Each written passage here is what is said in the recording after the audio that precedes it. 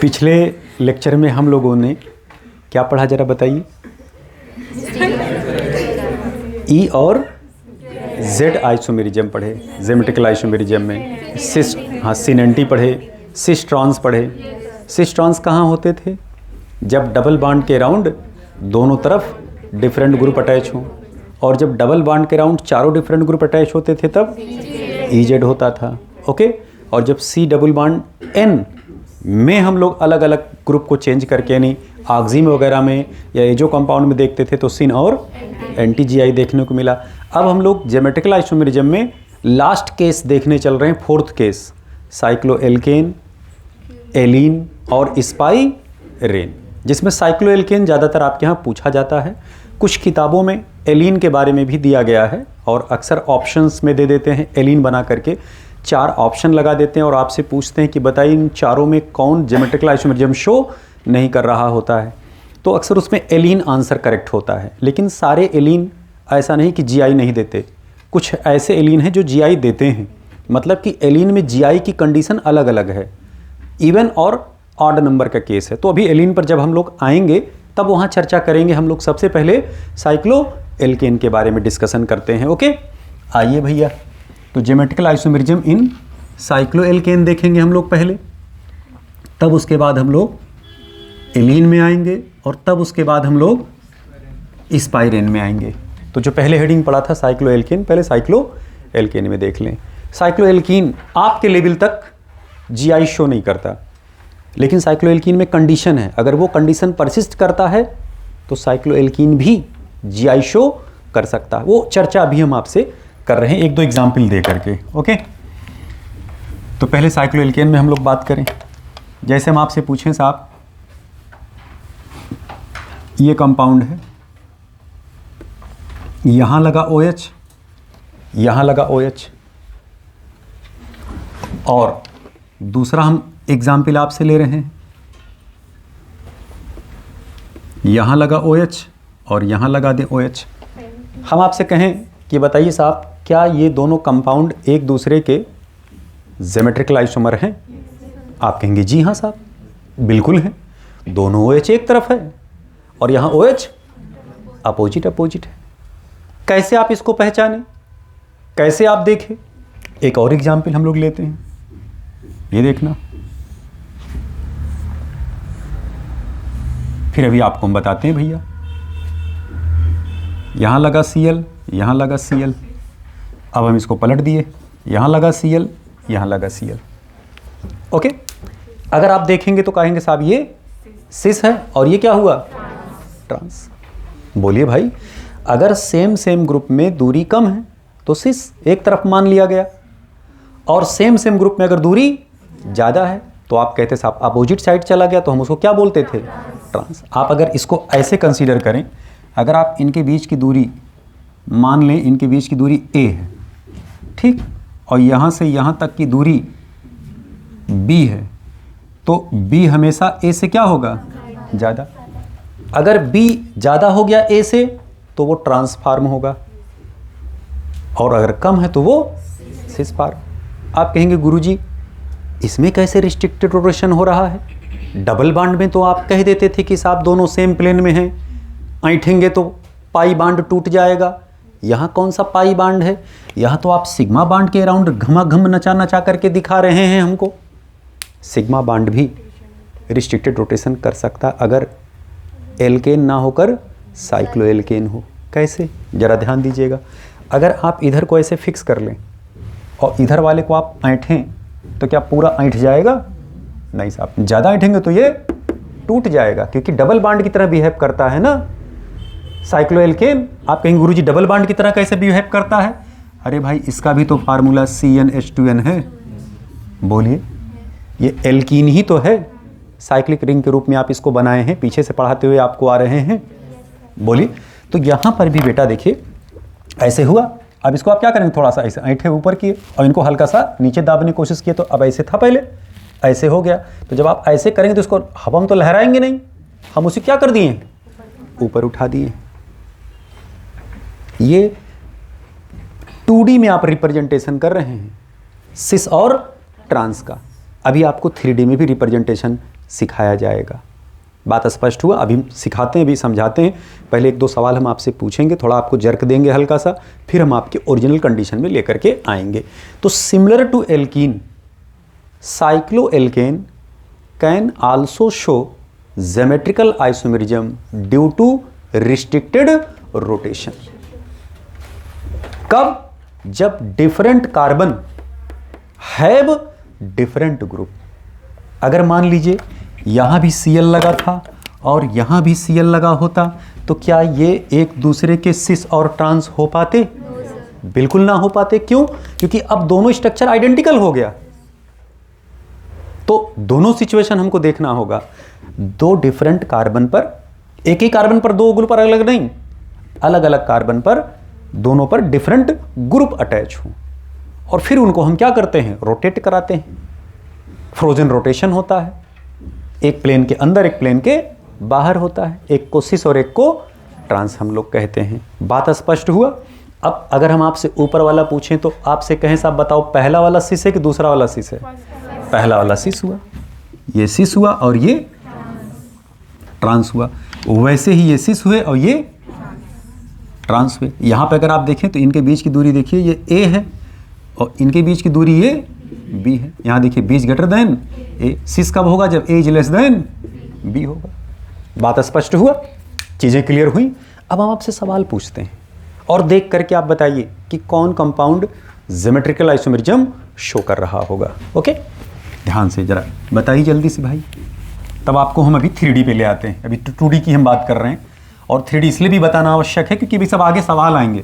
अभी आप आगे स्टीरियोकेमिकल रिएक्शन पढ़ेंगे, तो जब रिएक्शन होता है तो अगर किसी का कोई फॉर्म है तो कभी कभी रिएक्शन के बाद उसका फॉर्म बदल जाता है। हो सकता है पहले सिस था, रिएक्शन के बाद ट्रांस हो जाए, हो सकता है पहले ट्रांस था, रिएक्शन के बाद। तो जब स्टीरियोकेमिस्ट्री बदलती है जैसे रिएक्शंस में, उस रिएक्शन को हम लोग कहते हैं स्टीरियोकेमिकल रिएक्शन। अभी बहुत सारे रिएक्शन अभी आप आगे देखोगे, इसीलिए सब बेसिक चैप्टर हैं। इनको जब आप अच्छे से समझते हुए चलेंगे फिर आगे एकदम पढ़ने में आपको बिल्कुल आसानी फील होगी। हम आपसे बोले ना कि ये आइसोमेरिज्म का चैप्टर, रिएक्शन मैकेनिज्म का चैप्टर, इन चैप्टर्स को एकदम आप समझिए डूब करके आपको पढ़ना है और एक एक चीज़ क्लियर करते हुए चलना। अगर जहाँ समझ में नहीं आया तुरंत क्लास में, चाहे क्लास के बाहर, तुरंत उसको क्लियर करिए। पहले अपने दोस्तों में, फिर आकर के हमसे डिस्कस करिए। और जब इसको आप समझ लेंगे तो फिर जब आप आगे चैप्टर पढ़ेंगे तो बस खाली इसी का सिर्फ क्या रहेगा? खाली एप्लीकेशन रहेगा। तब आपको एकदम इजी गोइंग फील होगा। सारे रिएक्शन अभी हम आगे जब पढ़ाएंगे तो आप देखिएगा जितना रिएक्शन मैकेनिज्म में आप पढ़ेंगे सब इसी का पूरा क्या रहेगा? खाली वेल एप्लीकेशन। सवाल हम आपसे पूछ रहे हैं, which will show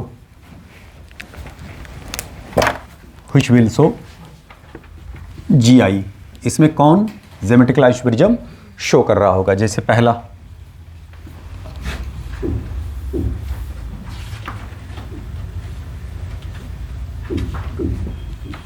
दूसरा,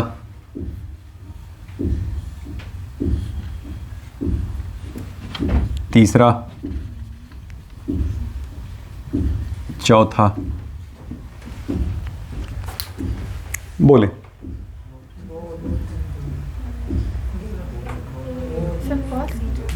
मान लीजिए इसी टाइप से एक और ऑप्शन आपको दे दिया जाता, नीचे पहला ऑप्शन कह दिया जाता, यही कंपाउंड मान लीजिए बना लिया जाता, ये बल्कि ऐसे हम बना देते हैं।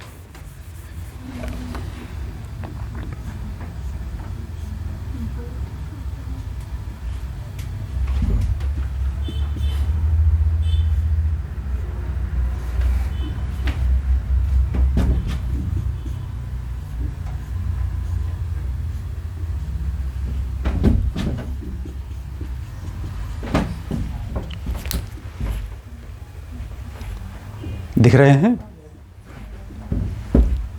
बोले कौन जीआई शो कर रहा है? पहले ऑप्शन बताइए कौन सा ऑप्शन करेक्ट होगा? पहले वाले सेट के जो ऑप्शंस दिए गए उसमें कौन सा ऑप्शन करेक्ट होगा? पहला सी। कितने लोग कह रहे हैं सी? हाथ उठाएं जरा। और कितने लोग खाली कह रहे हैं ए वाला शो कर रहा होगा? ए वाले भी कुछ हाथ उठाए हैं, कुछ लोग डर रहे हैं। चलिए इसमें सी ही करेक्ट होगा।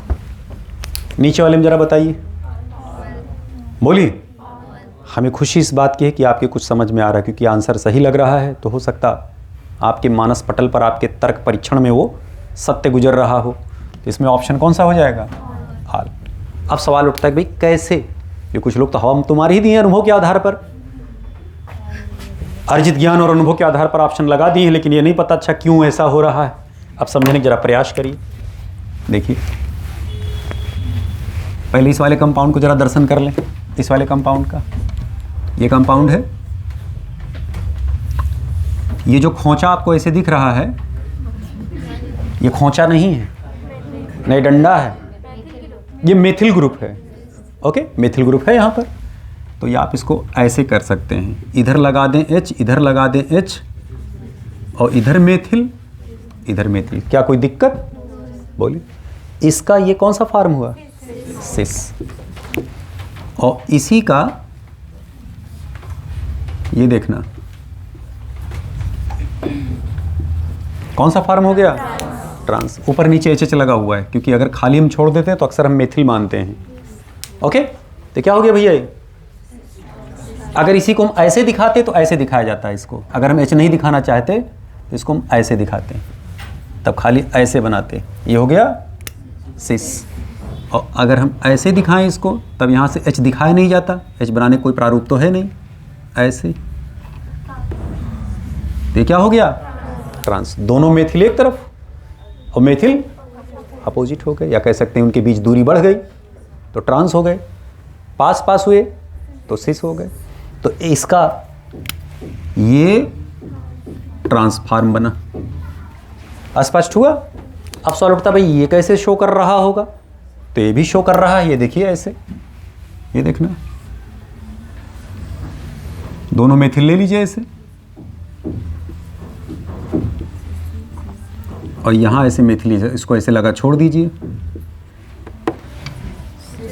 सिस हुआ भाई। ये ग्रुप दोनों में कॉमन हो गया।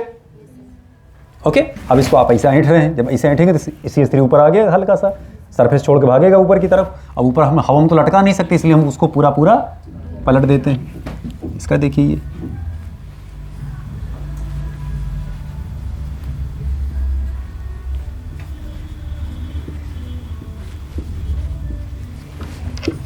ये हो गया सिस, ये हो गया ट्रांस। तो ये भी शो कर रहा है, ये भी शो कर रहा है। स्पष्ट हुआ पहला सवाल? इसलिए इसमें ऑप्शन कौन सा हो जाएगा? बोथ। मिटाएं इसको। चलिए भैया नीचे वाली जरा एक बार दर्शन कर लें।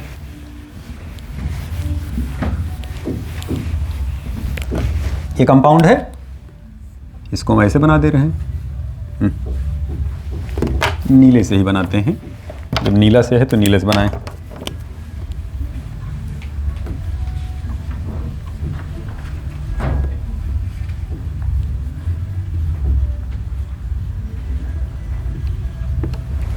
कौन सा फॉर्म हो इसका?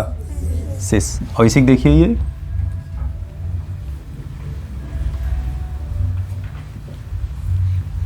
तो बहुत ज़्यादा इसमें हमें एंट्री मारने की ज़रूरत नहीं है, ना बहुत स्मार्टनेस दिखाने की ज़रूरत है। ये हो गया क्या? ट्रांस। स्पष्ट, क्लियर चीज़ें?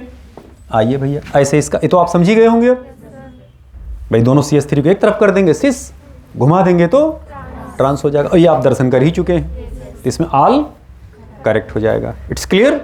अब देखिए इसी 2D को कैसे हम लोग 3D में रिप्रेजेंट करते हैं। हल्का सा जरा इसको आप समझ लें।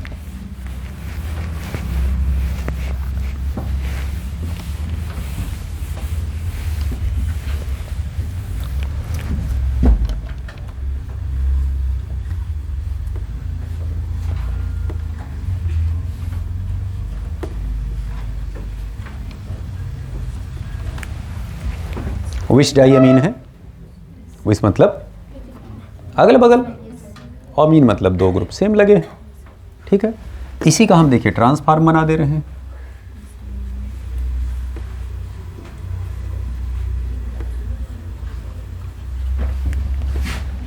ये ट्रांस हो गया। अगर आप NH2 ना लगा करके यहाँ OH लगा देते तो ये विश डाइयाल बन जाता। चलिए हम यहाँ पर HH मान ले रहे हैं। ठीक है, अब यहाँ पर OH लग गया, यहाँ OH लग गया। बात स्पष्ट हुआ? इसी का हम 3D रिप्रेजेंटेशन कर सकते थे। कैसे, जरा समझिए इधर। जैसे कार्बन है, ठीक है, यहाँ एक ग्रुप लगा, यहाँ एक ग्रुप लगा, यहाँ एक ग्रुप लगे, एक ग्रुप यहाँ लगा। यहाँ मान लीजिए ए लग गया, ये बी लग गए, ये सी लग गया, ये डी लग, कोई भी ABCD आप मान सकते हैं। वो तो बस इसलिए बेतरतीब लिखें ताकि आपको ये ना दिमाग में आए कि गुरुजी एक तरफ से चल रहे हैं, हम ऊपर नीचे रैंडम लिख रहे हैं ABCD। अगर हम आपसे कहें साहब A और B बताइए किस प्लेन में है, तो कभी भी अगर कॉन्टिन्यूअस लाइन लिखी गई हो, सॉलिड लाइन लिखी गई हो, ओके, तो ये एक ही इसी प्लेन में माने जाते हैं, बोर्ड के प्लेन में, तली जिसे आप कहते हैं।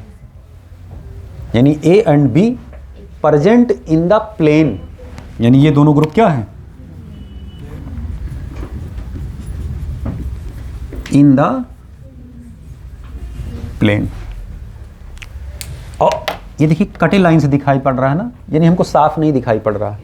साफ कब नहीं दिखाई पड़ेगा, जब वो प्लेन के अंदर होगा तो हमें साफ नहीं दिखाई पड़ेगा, इसलिए ब्लर्ड या डॉटेड लाइन से या कटे लाइन से हम इसको दिखाते हैं। तो ये कहाँ है, हम यहाँ से देख रहे हैं ना, तो हमसे ये दूर है, हम ऑब्जर्वर हुए, यानी ये ग्रुप है अवे फ्रॉम ऑब्जर्वर, और ये नियर द ऑब्जर्वर, नहीं हमारे थूथुन के पास है, मुंह के पास एकदम हमारे, क्लियर, एकदम हमारे मुंह के पास है ये। तो ये आउटवर्ड ऑफ प्लेन है, और ये इनवर्ड ऑफ प्लेन है, और ये इन द प्लेन है। हम लोग जो अभी तक रिप्रेजेंटेशन कर रहे थे वो इसी फॉर्म में कर रहे थे, XY प्लेन में रिप्रेजेंटेशन कर रहे थे, 2D प्लेन में हम लोग रिप्रेजेंटेशन कर रहे थे। अब इन्हीं फिगर्स को हम लोग 3D में रिप्रेजेंट करने चल रहे हैं। वो प्रेजेंट करने का, रिप्रेजेंट करने का, एक्सप्रेस करने का एक जरिया है, तरीका है ये सब। तो ये जो इसको हम लोग कहते हैं बेटा डैश, क्या कहते हैं, डैश। ये कहाँ होता है, इनवर्ड ऑफ प्लेन, और इसे हम कहते हैं वेस। ये कहाँ होता है भैया, आउटवर्ड ऑफ प्लेन होता है। ये बात स्पष्ट हुआ, ये चीज़ें क्लियर हुई। अब ये सब बनाने की जरूरत नहीं, सब बना हुआ, अभी आगे सब मिलेगा बेटा। अभी जब हम लोग RS कॉन्फ़िगरेशन वगैरह पढ़ेंगे ना, तो वहाँ सब पूरा एकदम पिक्चर बना हुआ है, इसलिए एकदम समझने की कोशिश करिए आप। बस अब याद करने की इसमें आवश्यकता भी नहीं है भाई, जो चीज़ हमें साफ नहीं दिखाई पड़ रहा है वो प्लेन के अंदर है। बहुत साफ एकदम हमको मोटा मोटा दिखाई पड़ रहा है, ये हमारे मुंह के पास है, क्लियर। अब ये दोनों कहाँ हैं, प्लेन में। यह स्पष्ट हुआ। अब जरा इधर आ जाए भैया, अब इसको हम मिटा इसलिए दे रहे हैं ताकि यहाँ एक आध दो एग्जाम्पल एक्स्ट्रा और बना सकें। ये देखना, अब इसी को देखिए हम ऐसे रिप्रेजेंट कर रहे हैं। इसको दो तरीके से आप रिप्रेजेंट कर सकते हैं। एक तो तरीका देखिए ये है रिप्रेजेंट करने का, यहाँ पे H लगा होगा,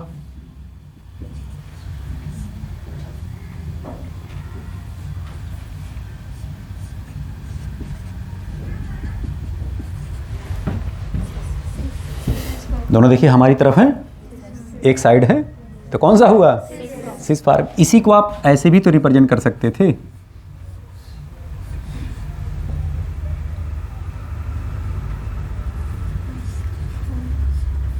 हालांकि H आप दिखाते या ना दिखाते, क्योंकि अगर एक डैश पे है तो ऑटोमेटिक मान लिया जाएगा कि H जो है वो H पर होगा, वो बनाने की जरूरत नहीं पड़ती भाई। एक दिखा दिया जाता, दूसरा अपने आप बच्चा या हम लोग समझ लेते हैं ऐसे।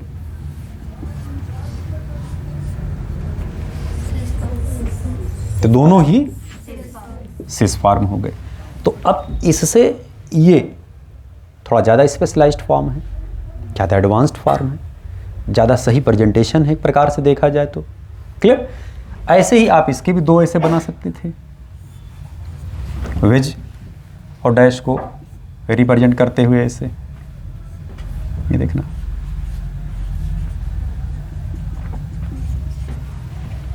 अब यहाँ पे हमें H दिखाने की जरूरत नहीं है, ऑटोमेटिक आप समझ गए हैं कि एक OH इस तरफ है और दूसरा OH पीछे है, तो कौन सा हुआ, ट्रांस। अगर H दिखाना आप चाहते हैं तो H भी दिखा लीजिए ऐसे, H हो गया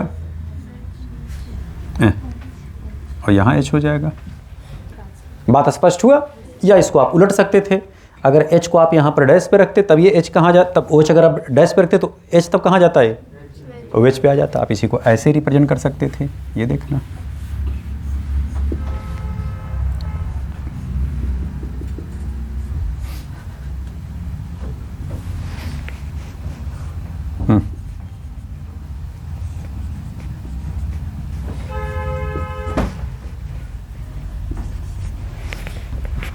कोई दिक्कत?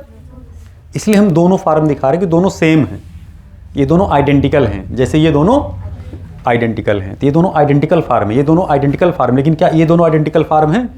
नहीं। क्या ये दोनों इनेंशियोमर्स हैं? नहीं साहब, ये सब डायस्टीरियोमर्स। अभी बस जस्ट आगे आ रहे हैं ऑप्टिकल आइसोमेरिज्म में, तो हम लोग वहाँ डिस्कस करेंगे। क्लियर बात? तो एक हुआ सिस और दूसरा हुआ ये ट्रांस। अब आप आइडेंटिफाई कर ले जाएंगे, पहचान ले जाएंगे। अब एक एग्जाम्पल पूछें आपसे, चलिए पूछते हैं। अब तो एकदम चालाक हो गए होंगे थोड़े से। आइए भाई।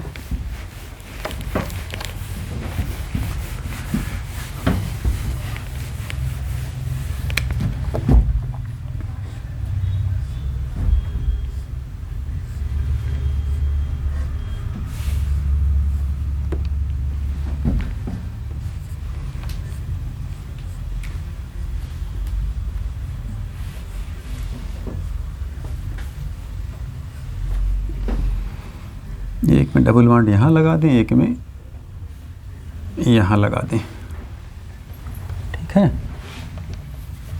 या चलिए यहाँ लगा देते, कोई जरूरी थोड़े वहीं लगाएं, यहाँ लगा देते हैं। और जरूरी थोड़े कि यहाँ लगाएं, यहाँ लगा देते हैं। तो घर की खेती जहाँ चाहो वहाँ लगाओ, ठीक है? ठीक है।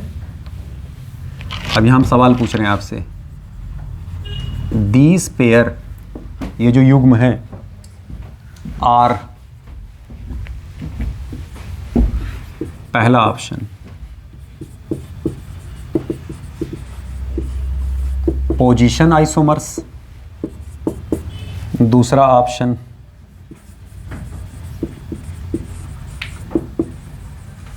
चैन आइसोमर्स, तीसरा ऑप्शन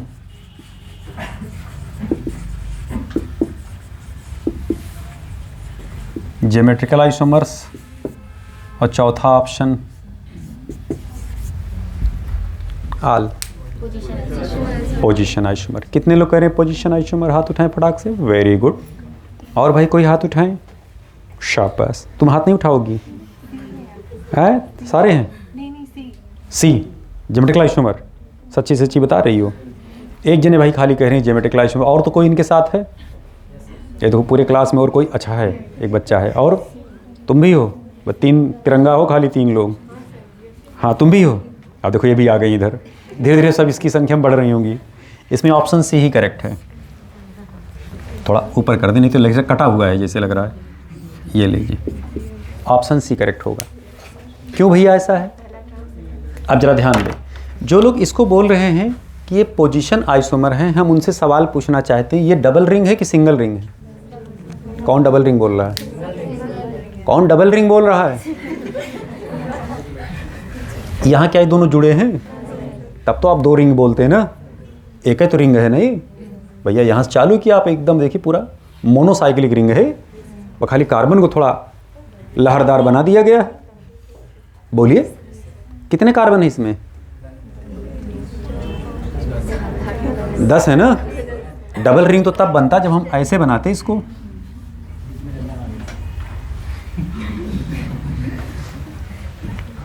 अब देखिए 1 2 3 4 5 6 7 8 9 10। अब ये डबल रिंग हुआ। अब ये बाईसाइक्लो रिंग हो गया। हम यहाँ से हटा देंगे अगर, तो कैसा हुआ ये? मोनोसाइक्लिक। अब इस मोनोसाइक्लिक कंपाउंड को चाहे ऐसे बनाओ और चाहे ऐसे बनाओ, हम चलिए 6 ही कार्बन का रख रहे हैं। एक में डबल बॉन्ड हम यहाँ लगा दिए और दूसरे में डबल बॉन्ड यहाँ लगा दिए, तो क्या दोनों पोजीशन आइसोमर हो गए? वही तो आप बोल रहे हैं ऊपर। जब एक ही डबल बॉन्ड है तो चाहे यहाँ लगाओ, चाहे यहाँ लगाओ, चाहे यहाँ लगाओ, चाहे जहाँ लगाओ। हाँ नंबरिंग वहीं से होगी। अच्छा बच्चा है, देखो तुरंत समझ गया। और सब ऐसे ही खाली बैठे हैं क्लास में। ये दोनों एक दूसरे के पोजीशन आइसोमर नहीं है। और चैन में तो सोचना ही नहीं है, क्योंकि कार्बन के नंबर्स बराबर हैं, रूट वर्ड दोनों में सेम है, तो ये दोनों है ही नहीं है। अब हमें एक ऑप्शन लगा दिया आल, तो जब ये दोनों नहीं है तो अगर आपके पास अनुभव होता तो आप कह सकते थे, इसलिए ये बच्ची तुरंत बोली कहाँ साहब ज्योमेट्रिकल आइसोमेरिज्म। लेकिन हम इसलिए इसकी वो नहीं कर रहे, इसको सम्मान दे रहे, इसको पता होगा, ज्ञान होगा। है बिटिया, है कि नहीं? हाँ देखो, हाँ करिए, हाँ हमको पता है। ठीक, आइए अब देखिए ज्योमेट्रिकल आइसोमेरिज्म कैसे हुई, जरा इनको समझने का प्रयास करिए। इसको बोलते हैं स्टीरियो सेंटर। कभी भी साइक्लोएल्केन ज्योमेट्रिकल आइसोमेरिज्म शो कर सकता है, लेकिन साइक्लोएल्कीन ज्योमेट्रिकल आइसोमेरिज्म शो नहीं करता आपके लेवल तक। लेकिन अब वहीं पर हम कंडीशन लगा रहे हैं कि अगर साइक्लोएल्कीन 8 कार्बन या उससे ज़्यादा है, तब उस केस में संभावना पनप सकती है, तब वो ऐंठ सकते हैं, तब वो जिम्याई शो कर सकते हैं। तो अभी हम आपको जब मोनोसाइक्लिक पॉलीइन वगैरह पढ़ाएंगे तब वहाँ पर डिस्कशन करेंगे, क्योंकि वो अपने हिसाब से चेंजेस करते रहते हैं। अब यहाँ पर अगर आप देखें तो देखें कितने कार्बन हैं, 10 है, तो 8 से ज़्यादा हुआ कि नहीं हुआ? ये शो कर सकता आपके हिसाब। कैसे शो कर रहा होगा, कैसे शो कर रहा होगा, जरा समझिए। इधर देखना भैया, साइक्लोएल्केन में तो आप देखें वहाँ कोई कार्बन के नंबर का कंडीशन तो था नहीं, 3 कार्बन से रिंग चालू हो जाते थे साइक्लिक रिंग बनने। अगर अगल बगल कार्बन या आमने सामने कार्बन या 2 डिफरेंट कार्बन पर डिफरेंट ग्रुप अटैच हैं, सेम डिफरेंट ग्रुप अटैच हैं, तब उस केस में जीआई शो हो सकता था। यहां पर जरा देखना, अगर ये ऐसे लगे हैं तो इसका देखिए एल्किल इधर है, एल्किल इधर, इसका एच किधर लगा होगा, इधर, इसका एच किधर लगा होगा, इधर। भारी भारी एक तरफ, हल्के हल्के एक तरफ, ये कौन सा हुआ? सिस। कोई दर्द? कोई दर्द नहीं साहब। अब यहाँ जरा देखना, ऐसे है ना, देखना भारी इधर गया, भारी, ये CH2 इधर गया, ये CH2 इधर गया, तब इसका देखिए एक एच किधर लगा, इधर, एक एच किधर लगा, इधर। कौन सा हुआ ये? ट्रांसफार्म हुआ है। ये कौन सा हुआ? सिसफार।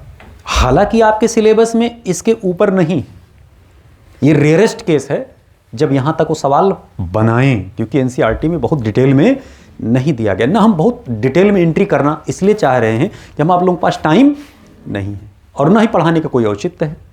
आप YouTube पे जाएंगे, बहुत सारे गुरुजी लोग पढ़े हुए हैं, सब धक धक धक धक धक धक धक धक पूरा आपका एकदम खोपड़ी चाट जाएंगे पूरी तरीके से। अब आप एकदम उसी में जो है घूमने टहलने लगे, फिर नए नए आप सवाल पैदा करने लगेंगे, खुद से सोचने लगेंगे, फिर हमारे पास लैग पटकने लगेंगे और फिर हम आपको समझा लें बेटा इस तरफ मत जाओ, नीचे में रहो, ऊपर मत भागो।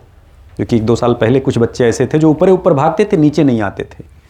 तो आप अपनी बाउंड्री सीमा के, बाउंड्री लाइन के अंदर 2 बार 3 बार 4 बार अपने ही कोर्स को अगर बार बार रिवाइज करेंगे और अपने लेवल पर पढ़ाई करेंगे तो सेलेक्ट हो सकते हैं। और अगर गुरुजी लोगों के चक्कर पढ़े, एक से एक भौकाली गुरुजी हैं, और उनको जब आप वहाँ फॉलो करना शुरू करेंगे और उधर भागे अगर आप, तो कहो हो सकता है कि इंटर में ही आप BSc के, MSc के, PhD के सारे किताब इंटर में सॉल्व करने लगेंगे। तो डॉक्टर बनने के बजाय डॉक्टरेट हो जाएंगे आप, समझ रहे बात? तो डॉक्टर तो नहीं बनेंगे लेकिन डॉक्टरेट हो जाएंगे। तो आप डॉक्टरेट अगर बनने आए हो तो कोई बात नहीं, और डॉक्टर अगर बनने आए हैं तो जैसे आपको बताया जा रहा, जैसे समझाया जा रहा, बिल्कुल वैसे ही लाइन टू लाइन अपनी बाउंड्री लाइन के अंदर चलिए। इसलिए हम आपको हर चीज़ में बहुत घुस के नहीं समझा रहे हैं, बस खाली जुगाड़ बता बता के निकल ले रहे हैं, क्योंकि सवाल ऐसे ही पूछे जाते हैं। बात स्पष्ट हुआ, चीज़ें क्लियर हुई? बुकलेट में जरा देख लीजिए, कोई एग्जाम्पल छूट उठ तो नहीं रहा बच्चा? कौन सा, ये वाला? अरे देवता, तुम ही तो बताए थे और तुम ही पूछ रहे हो हमसे, फिर से बता दो। चलिए चलिए चलिए, ये कह रहे फिर से बता दीजिए। अच्छा देखो, ये डबल बॉन्ड है बेटा, ठीक है, ये डबल बॉन्ड है, ठीक है। इधर कौन सा ग्रुप लगा? CH2, आगे चाहे जो लगा हो, ठीक है। अब इधर देखो, जब ले आए तुम इधर CH2, आगे चाहे जो लगा हो, तो जरा बताओ, ये डबल बॉन्ड है, एक इधर भाग रहा है, एक इधर भाग, तो इनके सेम ग्रुप के बीच में दूरी बढ़ी ना? अच्छा चलो ठीक, तुम CH2 ना लो, तुम HA ले लो। इधर H लगा, इधर H भाई, अगर एक इधर जा रहा दूसरा वाला इधर भागे कि नहीं भागेगा? तो कौन सा फार्म हुआ? तो यही तो लिखा गया, ट्रांस। स्पष्ट? इसको जरा ओपन कर लो भैया, हो सकता कुछ इसी टाइप के और भी देवता क्लास में जो बोल न रहे वो तो बेचारा रिस्क ले लिया बोलने का। इधर देखना, ये H लगा, इधर लगे H, अभी कौन सा हुआ? अब उन्हीं बोलने दो, मिस तो नहीं कर रहे हो ना सिस को? क्लियर? हाँ, तो सिसी है ना, ये सिस हुआ और ये स्पष्ट हुए। आइए हम लोग जल्दी से अब आते हैं किसमें भैया, अगला देखिए इसमें कौन सा है, एलिन सिस्टम आएगा इसके बाद। एलिन में आए हम लोग, ये स्पष्ट हो गया। चलिए भाई एलिन सिस्टम में चलते हैं फटाफट। इसमें आप निकाल ले जाओगे बेटा, इसमें एकदम कहीं नहीं आप फंसोगे। बुकलेट में असाइनमेंट में क्वेश्चंस दिए गए हैं, उसके सवाल आप करिए, बड़े प्यारे प्यारे का सवाल उसमें हैं। उन क्वेश्चंस को आप करेंगे तो एकदम सब निकल जाएगा आसानी से। हम उसी लेवल तक पढ़ा रहे हैं ताकि आपके सवाल आपके लेवल तक इजीली सॉल्व हो जाएं। अब ले आके आप पीएचडी सवाल ले आके यहाँ रखोगे ऐसे, तो वो बात तो खैर अलग हो जाए, क्योंकि आपके सिलेबस की अब बाहर बातें होने लगेंगी। आइए, जीआई इन एलीन सिस्टम, ठीक है। ध्यान दे जरा, एलीन कहते किसको हैं?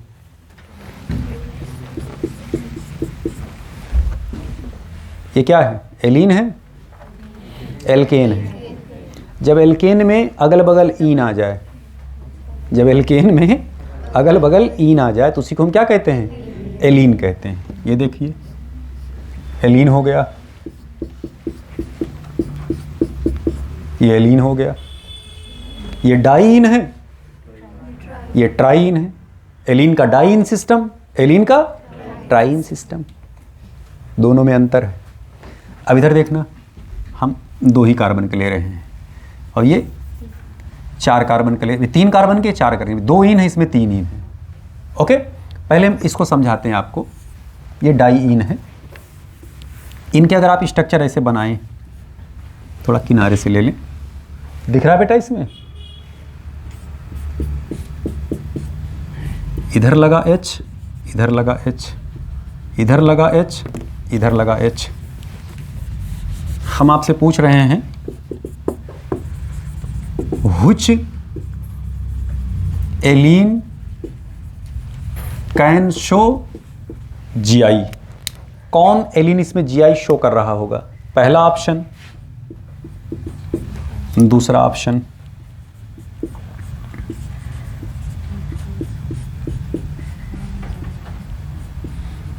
भाई हो सकता है हम एक सिस बनाएं तो अगला उसका ट्रांस बनेगा, या एक ट्रांस बन रहा तो हो सकता है उसका अगला सिस बने। हम दे दिए।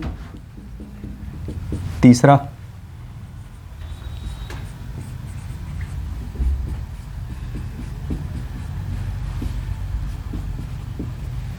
और चौथा ऑप्शन आल, कि सारे शो कर रहे हैं। या हो सकता है चलिए लिख दें नन, मतलब कोई शो नहीं कर रहा है, ये और बढ़िया ऑप्शन हो जाएगा। बोले भाई कौन इसमें जीआई शो कर रहा होगा? फर्स्ट, सेकंड की थर्ड?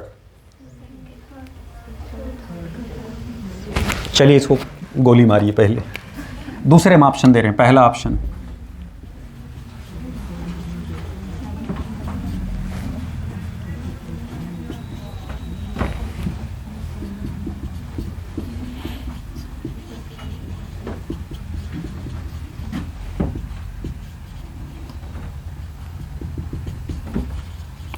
ये तो ज़्यादा एडवांस लेवल का सवाल हो गया, और नॉर्मल लेवल पे आते हैं।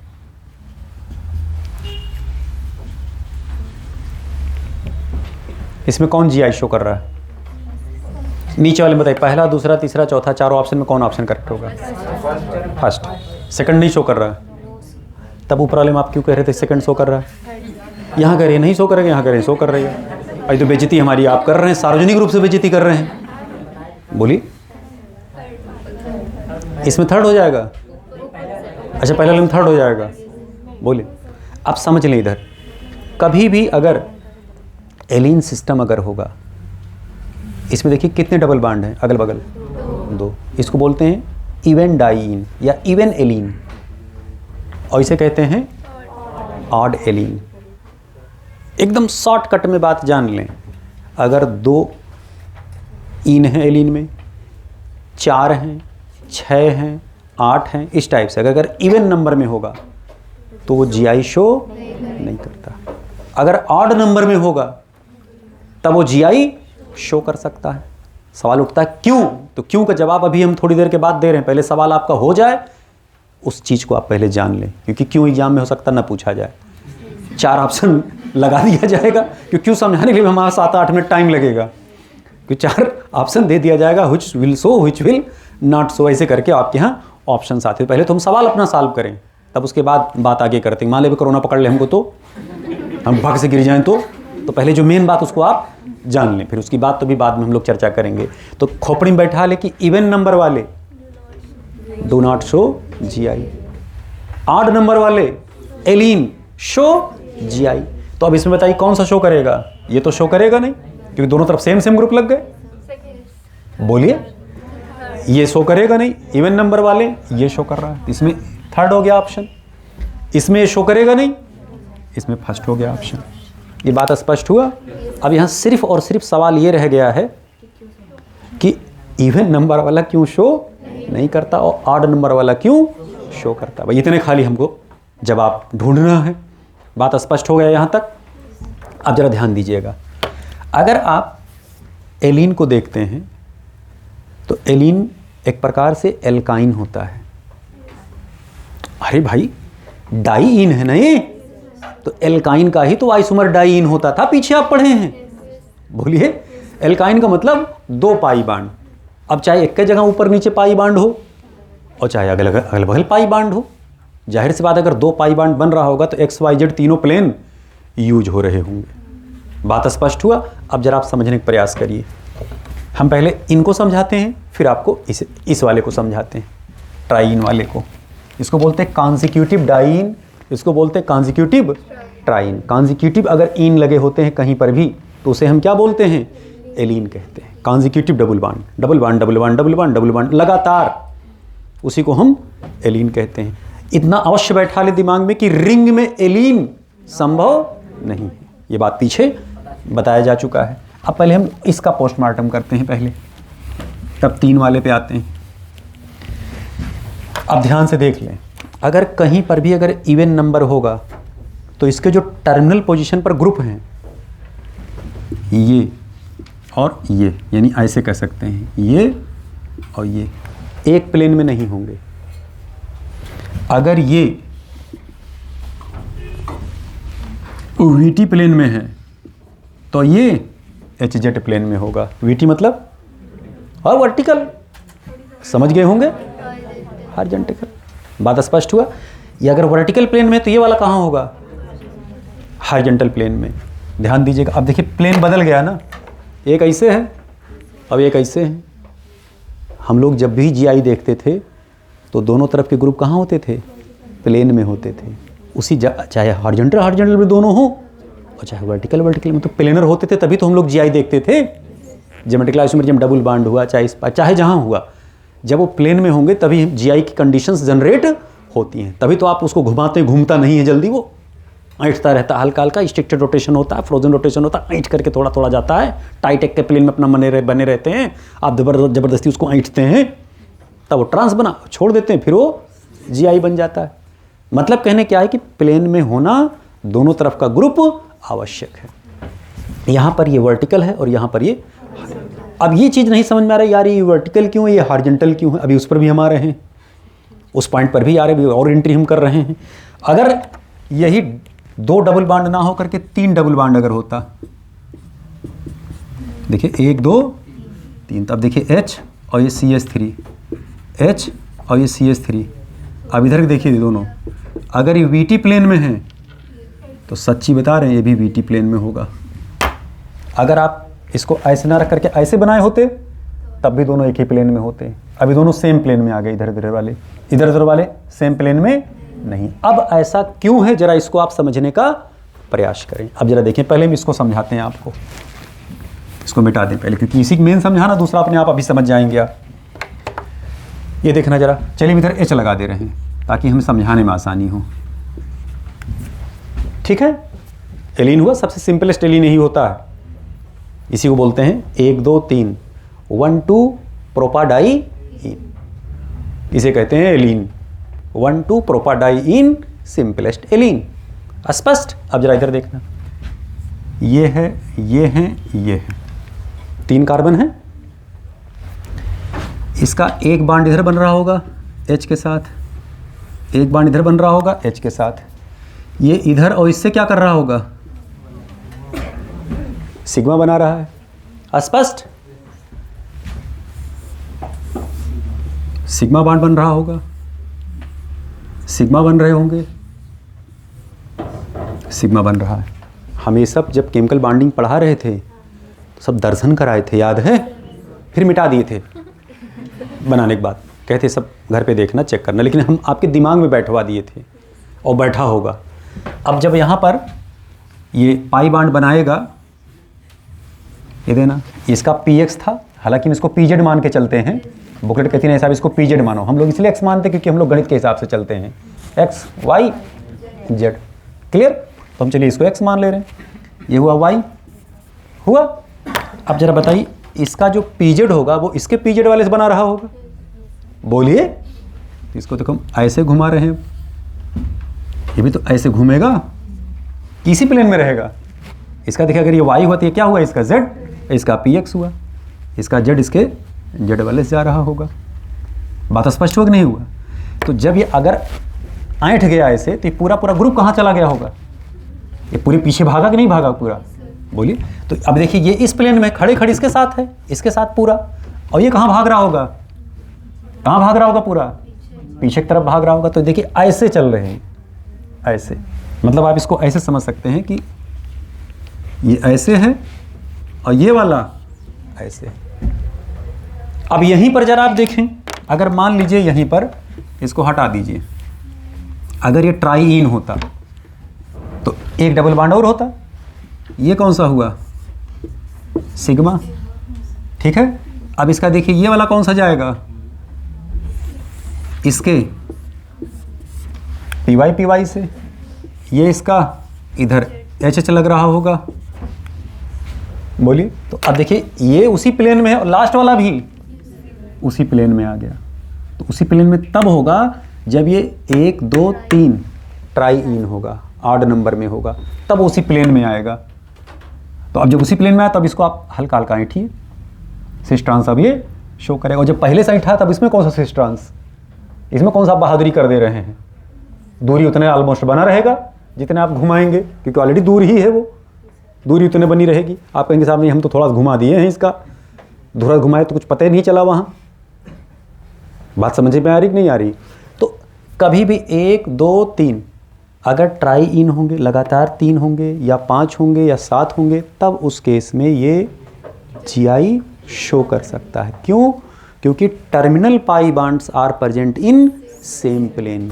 अगर इवन नंबर होगा तब उस केस में GI शो नहीं करेगा, क्योंकि टर्मिनल पाई बॉन्ड जो होंगे वो डिफरेंट प्लेन में होंगे। बात स्पष्ट हुआ?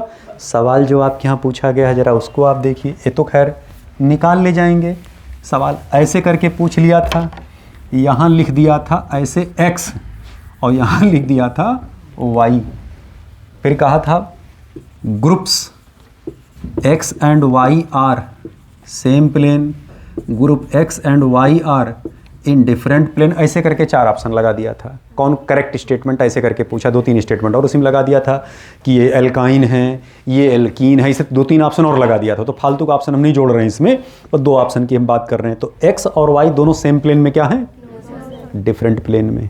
कब डिफरेंट प्लेन होंगे, जब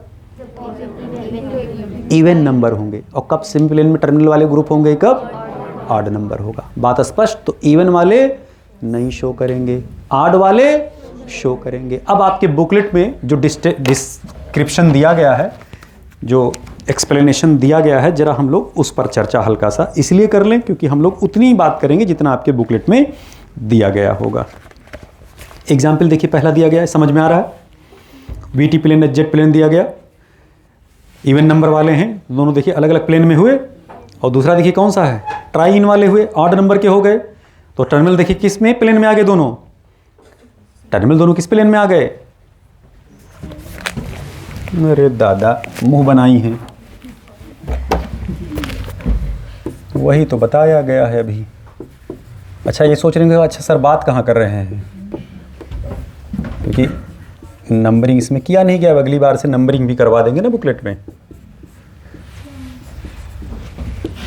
ये देखना, यही तो बात किया गया ना, इसी में एक डबल बॉन्ड और अड़साओ, ये तो ना बेटा टीम।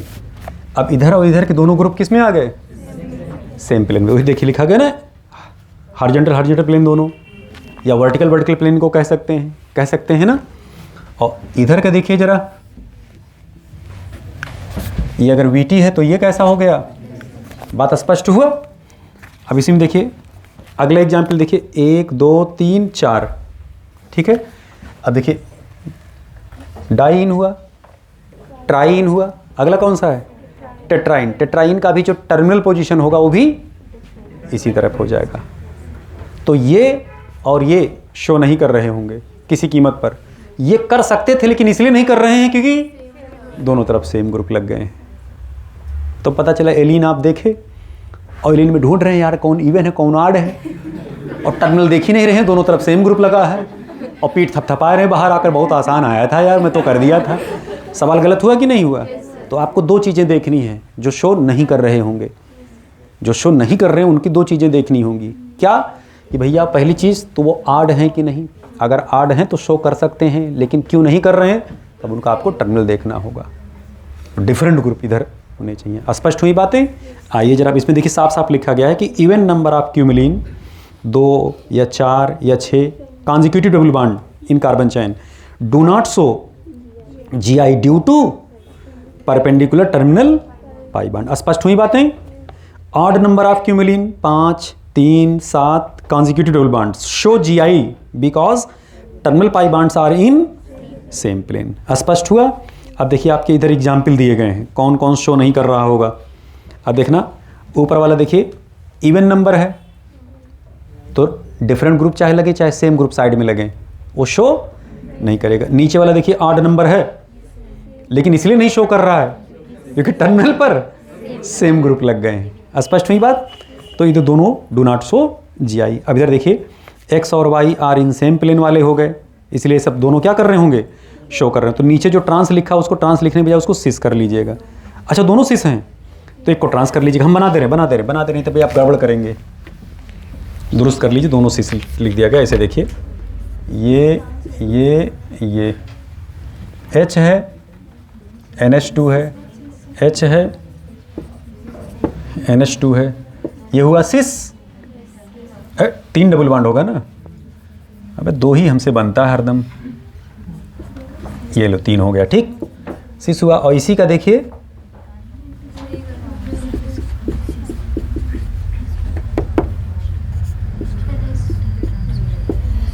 अच्छा इसमें गलती से क्या कर दिया गया है, H ऊपर और NH2 नीचे। तो यहाँ NH2 ऊपर होना चाहिए और H यहाँ नीचे, तब ये क्या सा बाहर में हो जाएगा, ट्रांस। ये दोनों शो करेंगे GI। क्यों शो करेंगे, क्योंकि इनके दोनों तरफ का जो ग्रुप्स हैं वो किस में हैं, सेम प्लेन में। डिफरेंट कौन बोला, सेम प्लेन में हो। डिफरेंट तो ग्रुप है ही हैं लेकिन प्लेन भी तो देखा जाएगा ना, सेम प्लेन में, क्योंकि ऑड नंबर तो हमें ऑड देखना है और साइड में डिफरेंट ग्रुप देखना है। बस इतने खाली देखना है एलिन के लिए। स्पष्ट, क्लियर हुई बातें। चलिए भैया आगे चलिए जरा जल्दी से। अब देखिए जरा इधर, अब देखिए देखने में आपको लग रहा होगा कि साहब ये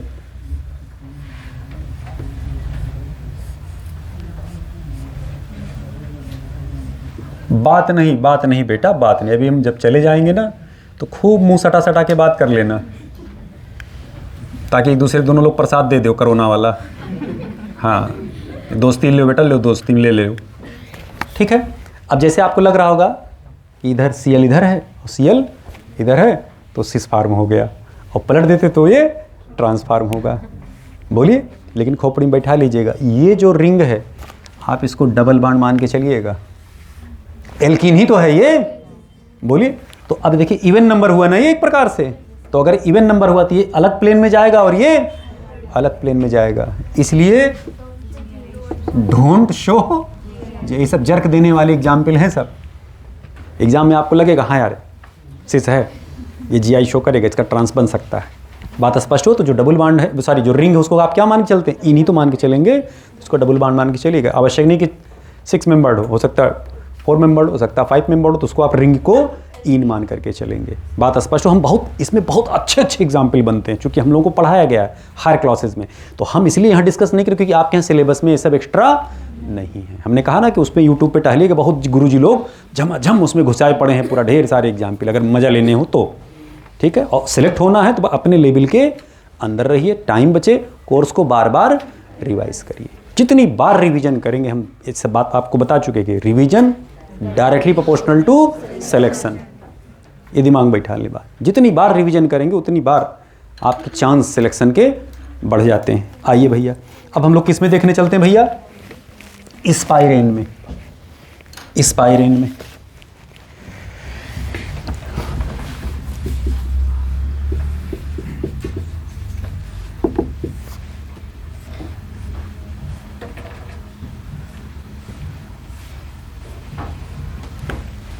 स्पाइरो है ना, क्या इसमें कहीं इन है, आइन है, एन है ना?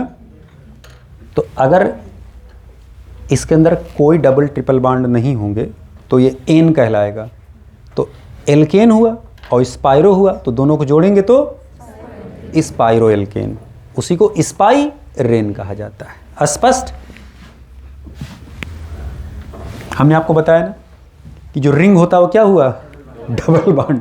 तो इवन नंबर हुआ, तो अगर इवन नंबर हुए तो H और NH2 इधर लगा दें, H और NH2 लगा दें, इधर का और इधर का। अगर ये VT प्लेन में हुआ तो ये क्या हुआ? तो अगर प्लेन बदला तो क्या GI शो करेगा? नहीं साहब, हल्का मामला, एकदम हल्के में निपट गया। हाँ, अगर यहाँ 3 रिंग होता तब वो शो कर सकता था। स्पष्ट हुई बातें? ये देखना भैया,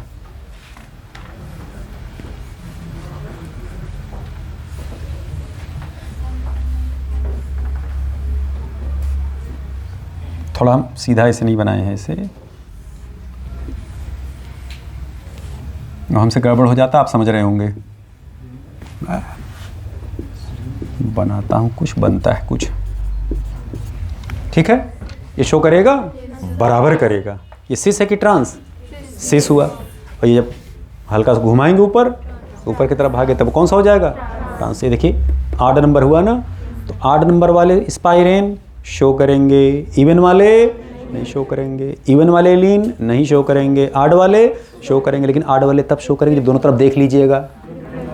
हाँ, ग्रुप डिफरेंट लगे, बोला आड इवन में रह गए, वहाँ जा करके बोला आड इवन में खाली आपको ये याद है, फर्स्ट ऑप्शन सेकंड इवन है और थर्ड ऑप्शन आड है। तो ऑप्शन में नहीं आड इवन देखना है, डबल बॉन्ड देखना है कि आड है कि इवन है। बात स्पष्ट हुआ? तो चीज़ क्लियर हुआ। इनके देखिए, इधर के x हुआ और इधर का प्लेन y हुआ, तो x एंड y प्लेन किस में हुए? सब अलाइंड हो गए, सेम प्लेन में हो गए। अगर दोनों वर्टिकल होंगे तो हो सकता है, दोनों हो सकता है हॉरिजॉन्टल हो। स्पष्ट हुआ? तो बहुत ज़्यादा इसमें हम डिटेल में एंट्री नहीं मारे हैं, बात समझने का प्रयास करिए, क्योंकि जितना कोर्स में वो खाली हल्का सा आपके दिमाग तब हम टच करा करके निकल आए। नहीं समझाने को तो पूरी पिक्चर, इसकी कॉन्फ़िगरेशन बनता, समझाया जाता, इत्मीनान से पता चला यही खाली चल रहा है आज, स्पाइरेन चल रहा हो, सारा सिलेबस में है ही नहीं। समझ रहे बात? तो सिलेबस में जितना वो उतने खाली चर्चा करी जा रही है। आइए जरा भैया, इसके बाद देखिए कौन सा भैया है। अच्छा देखिए, इसमें इसलिए कुछ लिखा भी नहीं गया, स्पाइरेन में खाली एक लाइन खाली आगे समझाया गया आपको। Even number of spirane do not show GI, but odd number of spirane show GI if condition persist. उसी में साथ में लगा लीजिए, इफ कंडीशन परसिस्ट। मान लीजिए आप खाली ऑड इवन देख रहे हैं और दोनों तरफ सेम ग्रुप लगे हैं, if condition persist. Condition persist मतलब कि अगर डिफरेंट ग्रुप अटैच हो तो, या चाहे कह सकते हैं if different group attached eight terminal position. स्पष्ट हुई बातें? आइए भैया मिटाएं इसको। अब किधर चलना हमको भैया? ऑप्टिकल आइसोमेरिज्म में।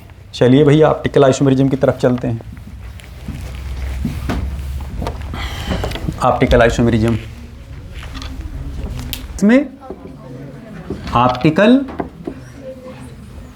आइसोमेरिज्म में, हाँ बिटिया, सर ये क्यों नहीं शो करेगा GI? अरे तो GI शो कर ही रहा है बेटा।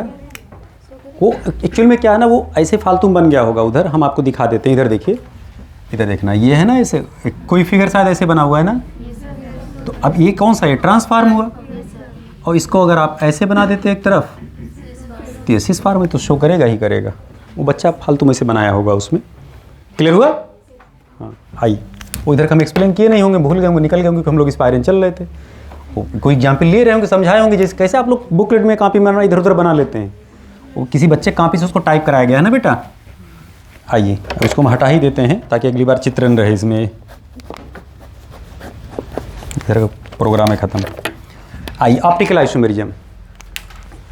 अब जरा बताइए ऑप्टिकल आइसोमेरिज्म किसे कहते हैं?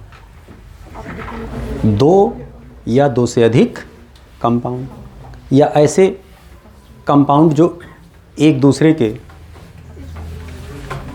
हाँ क्या कह रहे हो बेटा? हाँ, मॉलिक्यूलर फार्मूला सेम हो, मॉलिक्यूलर वेट सेम हो, आईपीसी नेम सेम हो, केमिकल प्रॉपर्टी सेम हो। हाँ, लेकिन हो सकता है कि उनकी फिजिकल प्रॉपर्टी डिफरेंट हो रहा हो।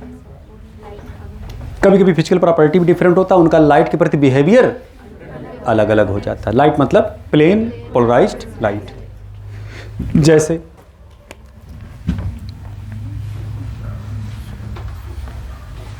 कार्बन है, यहाँ OH,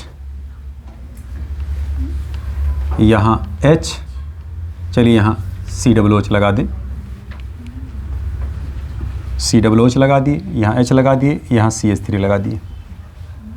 H से OH की तरफ हायर प्रायोरिटी ग्रुप के ऊपर से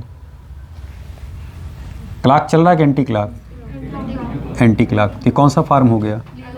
L H OH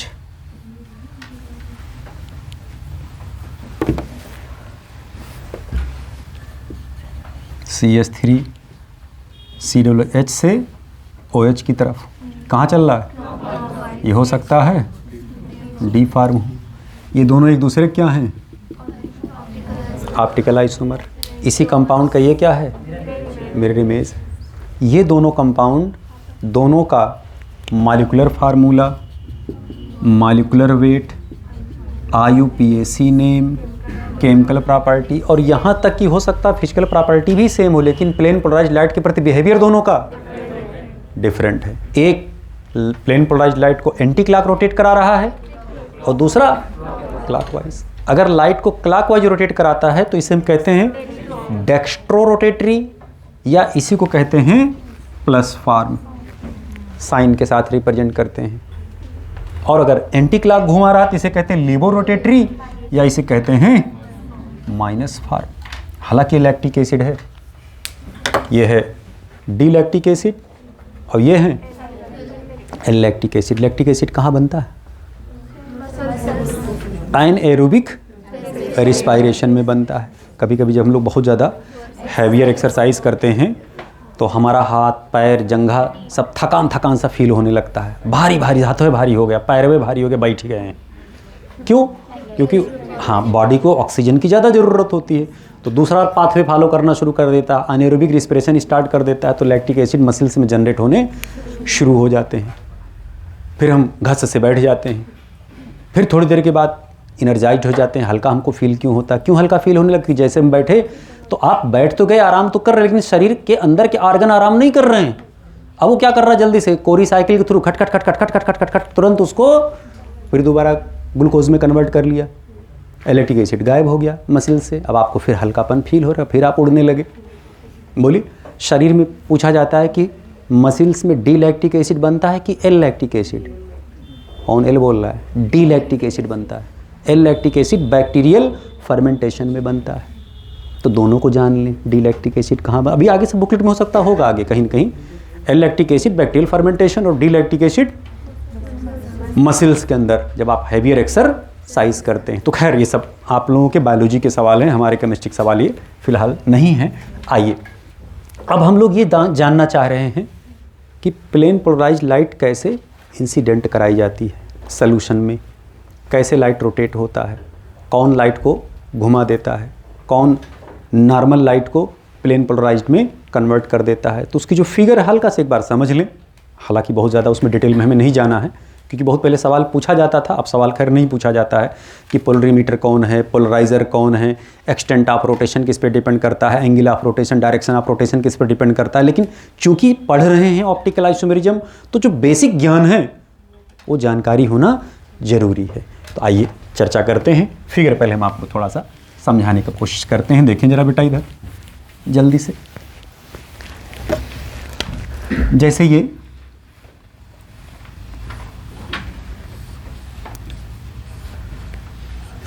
normal light है भैया, ये दसों दिशाओं में प्रकाशमान हो रहा है, हर तरफ इसकी लाइट रेडिएट हो रही है।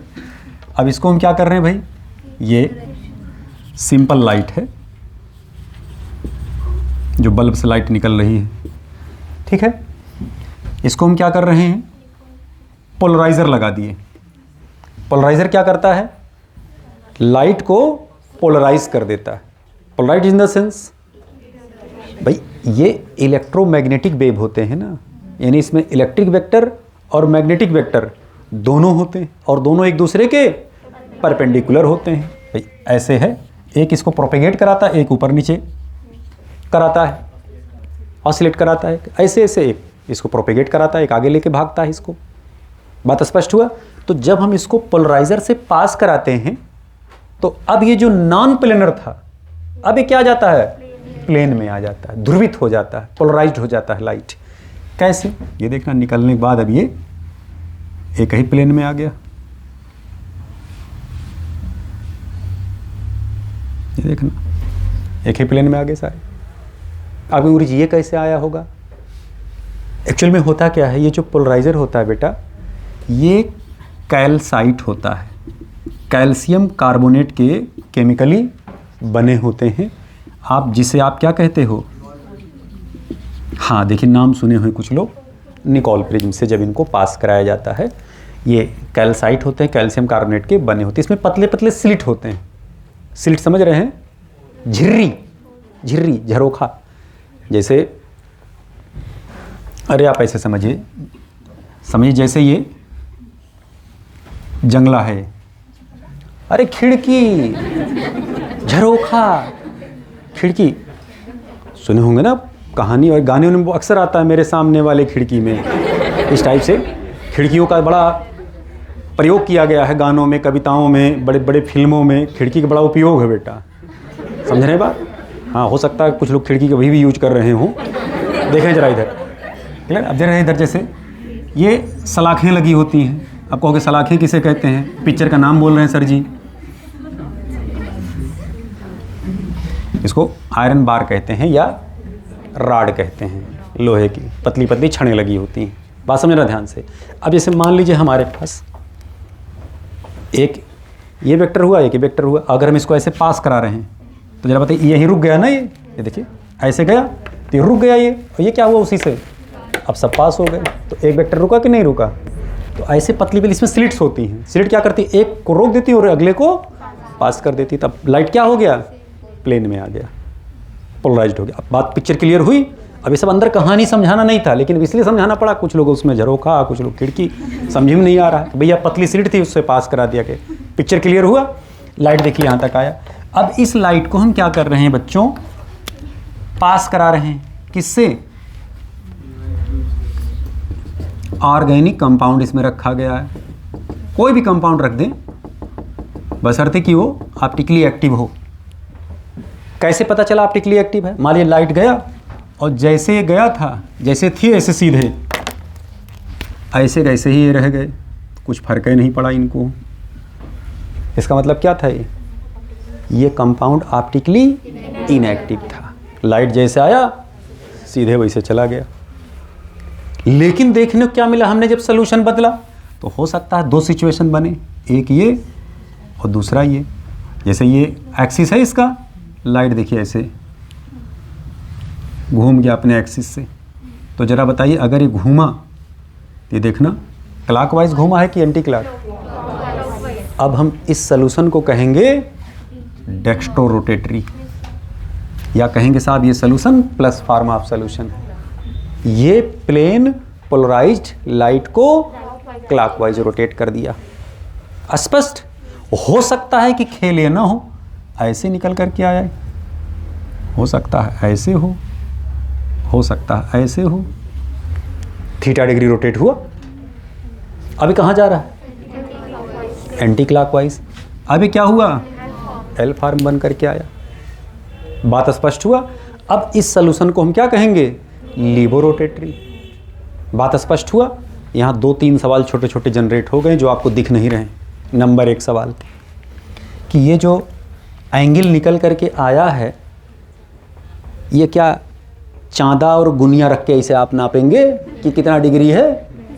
बोलिए, कि गोला प्रकार से उसको नापेंगे, जो आपके पास रहता है उसको नाप लें जरा कितना डिग्री है। इसके लिए एक अपरेटस आता है, उसे बोलते हैं पोलरीमीटर। तो पोलरीमीटर कौन सा अपरेटस है? वो एक्सटेंट ऑफ रोटेशन को मेजर करता है, डिग्री ऑफ रोटेशन को मेजर करता है, कितना डिग्री रोटेट हुआ, 10 डिग्री की, 20 डिग्री की, 50 डिग्री। अभी पोलरीमीटर चूंकि आपको भी पढ़ाया नहीं, जब केमिकल काइनेटिक्स पढ़ाएंगे तो वहाँ पर पोलरीमीटर वगैरह हम आपको बना करके दिखाएंगे कैसा होता है और कैसे मेज़र किया जाता है। वो सब सारी चर्चाएं भी वहाँ होंगी केमिकल काइनेटिक्स वाले में, जब हम लोग रिएक्शन की स्पीड तय करेंगे। काइनेटिक्स जब पढ़ेंगे हम लोग रिएक्शन की, उसमें डिस्कस करेंगे। फिजिकल वगैरह पढ़ने के बाद जब हम लोग ऑर्गेनिक में आते हैं और मज़ा आता। लेकिन कोई दिक्कत नहीं, जहाँ जहाँ दिक्कतें आएंगी वो हम आपके साथ हैं, आपको समझाते रहेंगे जगह जगह। ओके, तो पोलरीमीटर क्या करता है भैया? एक्सटेंट ऑफ रोटेशन को मेजर करता है। दूसरा, पोलराइजर क्या होता है? जो सिंपल लाइट को कन्वर्ट करता है किसमें? प्लेन पोलराइज्ड लाइट में। क्योंकि जो लाइट आपको डालना है वो टार्च नहीं मारना उस पर, टार्च तो भर सब तरफ चला जा रहा है रोशनी उसकी, आपको एक सीध वाली रोशनी उस पर मारना है। सवाल पूछा गया था बहुत पहले, खैर अब तो नहीं आया है, कि निकोल प्रिज्म के स्थान पर और क्या हम इस्तेमाल कर सकते हैं? तो निकोल प्रिज्म के स्थान पर पोलराइजर या कह सकते हैं पोलरॉइड लेंस आप इस्तेमाल कर सकते हैं। कौन सा lens? Polaroid lens. Polaroid lens आप देखे होंगे, अरे मूवी देखने गए हो कभी सिनेमा हॉल में? बचपन में अंदर जरूर जिज्ञासा होता है, लाइटिया कहाँ से आ रहा है ऐसा। छोटे जब आप होते हैं तो बड़ी जिज्ञासा अंदर बहुत सारी चीज़ों की जानने की होती है, और उसी चक्कर में बहुत सारा सामान घर में ख़राब कर चुके होते हैं आप। हालांकि बाद में तोड़े भी जाते हैं, बहुत सारा मतलब खोल डाले, पूरा रेडियो, पूरा ट्रांजिस्टर खुल गया, पूरा टार्च में खोल डाले हैं पूरी, फिर उसको जल्दी बंद करने का प्रयास कर रहे हैं, भूल गए कौन पेंच कहाँ लगा था, इसका उसमें घुसाई दिए, ले जा चुपचाप वैसे ही। नहीं मम्मी नहीं, कसम से मम्मी मैं उसको छुआ तक नहीं हूँ, पापा जैसे लाए थे वैसे रखा हुआ है वो इसी स्थान पर, मम्मी मैं छुआ नहीं हूँ, क्योंकि पता अभी ठुकाई होगी गद से एकदम। तो इसलिए वहीं से आप झूठ बोलना शुरू कर देते हैं बचने के चक्कर में, और आदत धीरे धीरे बनी रहती।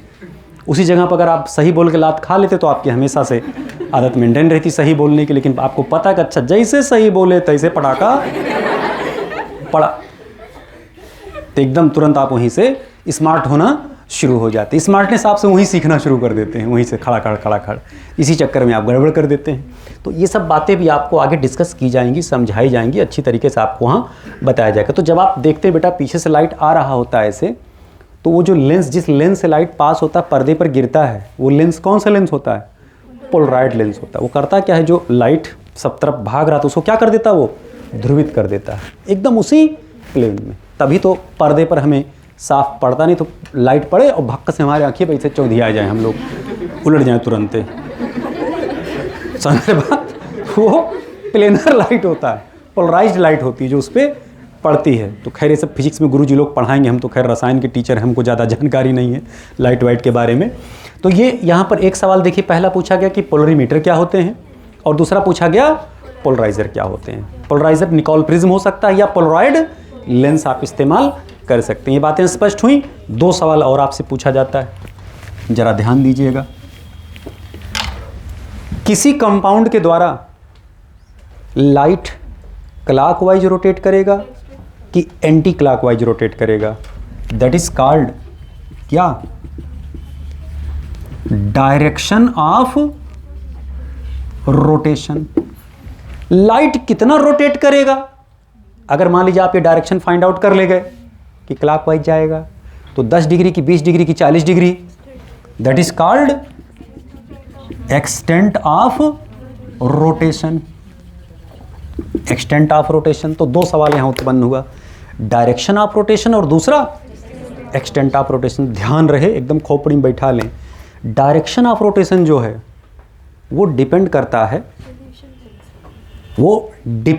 है कि कार्बन जो है, कायरल कार्बन जिसे आप बोलते हैं, उसके चारों तरफ जो बॉन्ड के ऊपर ग्रुप लगे हुए हैं या एटम लगे हुए हैं, उनका अरेंजमेंट क्या है, उनका अरेंजमेंट क्या है। कायरल कार्बन क्या होते हैं? जब किसी भी कार्बन के चारों बांड डिफरेंट ग्रुप से अटैच होते हैं तो उसे हम एसिमेट्रिक कार्बन या कायरल कार्बन कहते हैं। तो उनका अरेंजमेंट क्या है? क्लॉकवाइज अरेंजमेंट है कि एंटी क्लॉकवाइज अरेंजमेंट है? उसी के हिसाब से हम फाइंड आउट करेंगे। मतलब कहने क्या हुआ कि direction of rotation depends upon arrangement of group और एटम अराउंड कायरल कार्बन, यानी कह सकते हैं ओरिएंटेशन ऑफ ग्रुप पर। वही तो ओरिएंटेशन हुआ, अरेंजमेंट को ही तो आप चाहे कहें ओरिएंटेशन, चाहे कहें कॉन्फिगरेशन। ये कॉन्फिगरेशन उसका क्या है? चीजें स्पष्ट हुई। तो direction of rotation depends on configuration, configuration पर डिपेंड किया। दूसरा, अब एक्सटेंट ऑफ रोटेशन 20 डिग्री जाएगा कि 40 डिग्री जाएगा कि 45 डिग्री जाएगा कि 80 डिग्री की 120 डिग्री की 90 डिग्री, वो डिपेंड करता है कि मॉलिक्यूल की पोलरिटी क्या है। क्योंकि जब डिफरेंट ग्रुप आप लगाएंगे तो अब मॉलिक्यूल नॉन पोलर थोड़े रह जाएगा, अब तो पोलर हो जाएगा ना। भाई जैसे हम आपसे कहें कि ये कार्बन है, यहाँ लगा H, यहाँ लगा H, यहाँ लगा H, यहाँ लगा H, हम आपसे पूछ रहे साहब बताओ ये पोलर है कि non polar? Zero dipole moment इसका। अब यहाँ पर हम मान लीजिए Cl लगा दें, यहाँ पर H रहने दें, यहाँ पर F लगा दें, ठीक है, और यहाँ पर मान लीजिए CH3 लगा दें। अब पोलरिटी हो गई इसकी। तो जितने मॉलिक्यूल पोलर होगा उतने ज़्यादा से ज़्यादा लाइट को क्या करेगा? और रोटेट कराएगा, चाहे क्लॉक चाहे एंटी। वो डिपेंड करता है कि अरेंजमेंट क्या है। मतलब समझ में आया कि direction of rotation depends on configuration of molecule या ओरिएंटेशन ऑफ ग्रुप या अरेंजमेंट ऑफ ग्रुप और एटम अराउंड कायरल कार्बन, और extent of rotation depends upon polarity of molecule. तो 4 सवाल यहां उत्पन्न हुआ। एक, पोलरीमीटर क्या? दूसरा, पोलराइजर क्या? तीसरा, डायरेक्शन ऑफ रोटेशन क्या? चौथा, एक्सटेंट ऑफ रोटेशन। चारों का जवाब मिला, चीजें स्पष्ट हुई, बातें क्लियर हुई, सब चीजें लाइन बाय लाइन आपके बुकलेट में लिखा गया है। उसमें कुछ आपको छापने की जरूरत नहीं है, चाहे तो हम रीडिंग लगा देते हैं यहाँ से खटाखट। चलिए रीडिंग लगा लेते हैं। ऑप्टिकल आइसोमेरिज्म में पहला point, compound with same molecular formula, same molecular weight, same chemical property, IUPAC name same, but they have different behaviour with respect to plane polarised light. जोड़ लीजिएगा आगे, प्लेन लिखा हुआ है, पोलराइज्ड लाइट गायब है, जोड़ लीजिए उसी में, प्लेन पोलराइज्ड लाइट। स्पष्ट हुई बातें? अब देखिए पोलराइजर क्या होता है? Polariser convert simple light into plane polarised light, shortcut में इसे हम PPL कहेंगे। निकोल प्रिज्म क्या होता है? Nicol prism act as polariser, it is chemically made up of crystalline calcium carbonate. Underline कर लीजिएगा, बहुत पहले पूछा हुआ सवाल है, पता नहीं आएगा कि कब्र में चला जाएगा सवाल। एंगल ऑफ रोटेशन या extent of rotation is determined by polarimeter. Angle of rotation या कह सकते extent of rotation depends upon polarity of molecule. उसको सही कर लीजिएगा, एंगल ऑफ रोटेशन है, एंगल ऑफ रोटेशन और extent of rotation, extent of rotation depends upon polarity of molecule. अब देखिए नीचे, द डायरेक्शन ऑफ रोटेशन, ऊपर क्या था? एक्सटेंट ऑफ रोटेशन, दूसरा क्या हुआ? Direction of rotation depends upon orientation और अरेंजमेंट ऑफ ग्रुप और atoms in 3D space around asymmetric carbon या कायरल कार्बन। बातें स्पष्ट हुई? जो बातें अभी आपको जस्ट समझाई गई सब लाइन बाय लाइन आपके बुकलेट में लिखा हुआ है, आपको अलग से छापने या लिखने की आवश्यकता नहीं है। अब आगे देखिए बात क्या कर रहे हैं करें साहब, कंडीशंस फॉर ऑप्टिकल आइसोमेरिज्म। अब जरा ध्यान दीजिएगा, यहाँ पर छोटे छोटे सवाल अब उत्पन्न हो गए। जैसे सवाल उठता है कि कोई कंपाउंड अगर ऑप्टिकल आइसोमेरिज्म शो कर रहा है तो क्या वो ऑप्टिकली एक्टिव है कि नहीं है।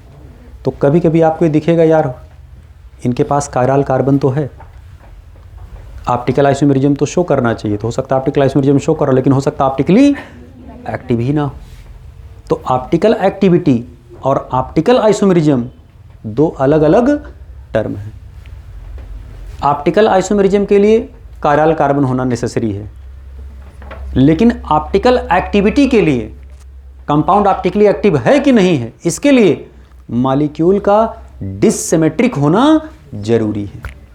अब यहां पर 4 छोटे छोटे पॉइंट जनरेट होंगे, 4 छोटे छोटे टर्म या शब्द उत्पन्न होंगे। जरा इनको आप समझिए। ये देखिए कौन कौन शब्द यहां उत्पन्न हो रहे हैं,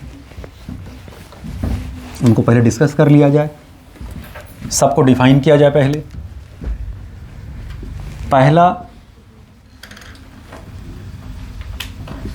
एसिमेट्रिक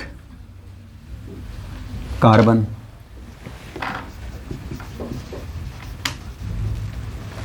दूसरा एसिमेट्रिक मॉलिक्यूल, तीसरा डिससिमेट्रिक मॉलिक्यूल, चौथा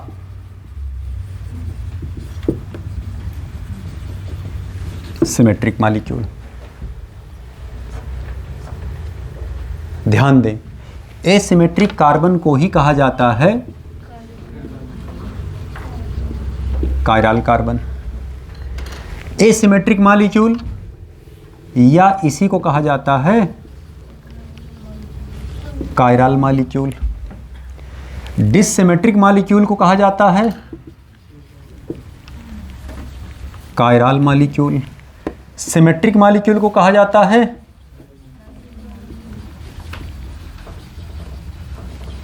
एकायरल मॉलिक्यूल। यहां पर चारों टर्म को डिफाइन करना जरूरी है। अगर आप ये 4 टर्म जान गए तो समझिए ऑप्टिकल आइसोमेरिज्म का बेसिक ज्ञान आपको हो चुका है।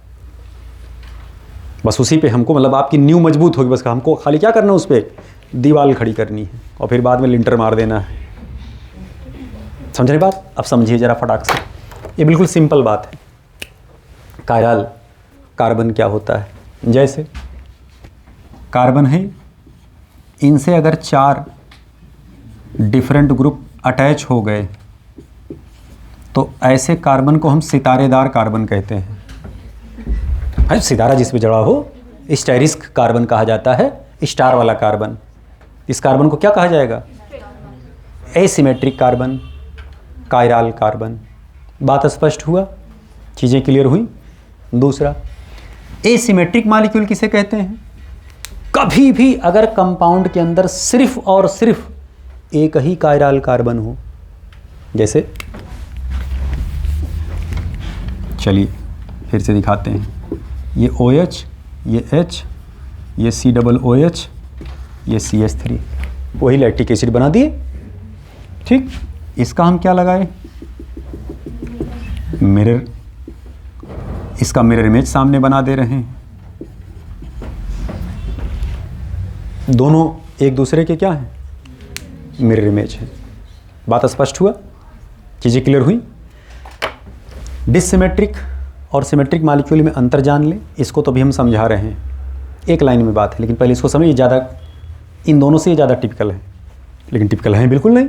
अभी आप समझ जाएंगे पिक्चर।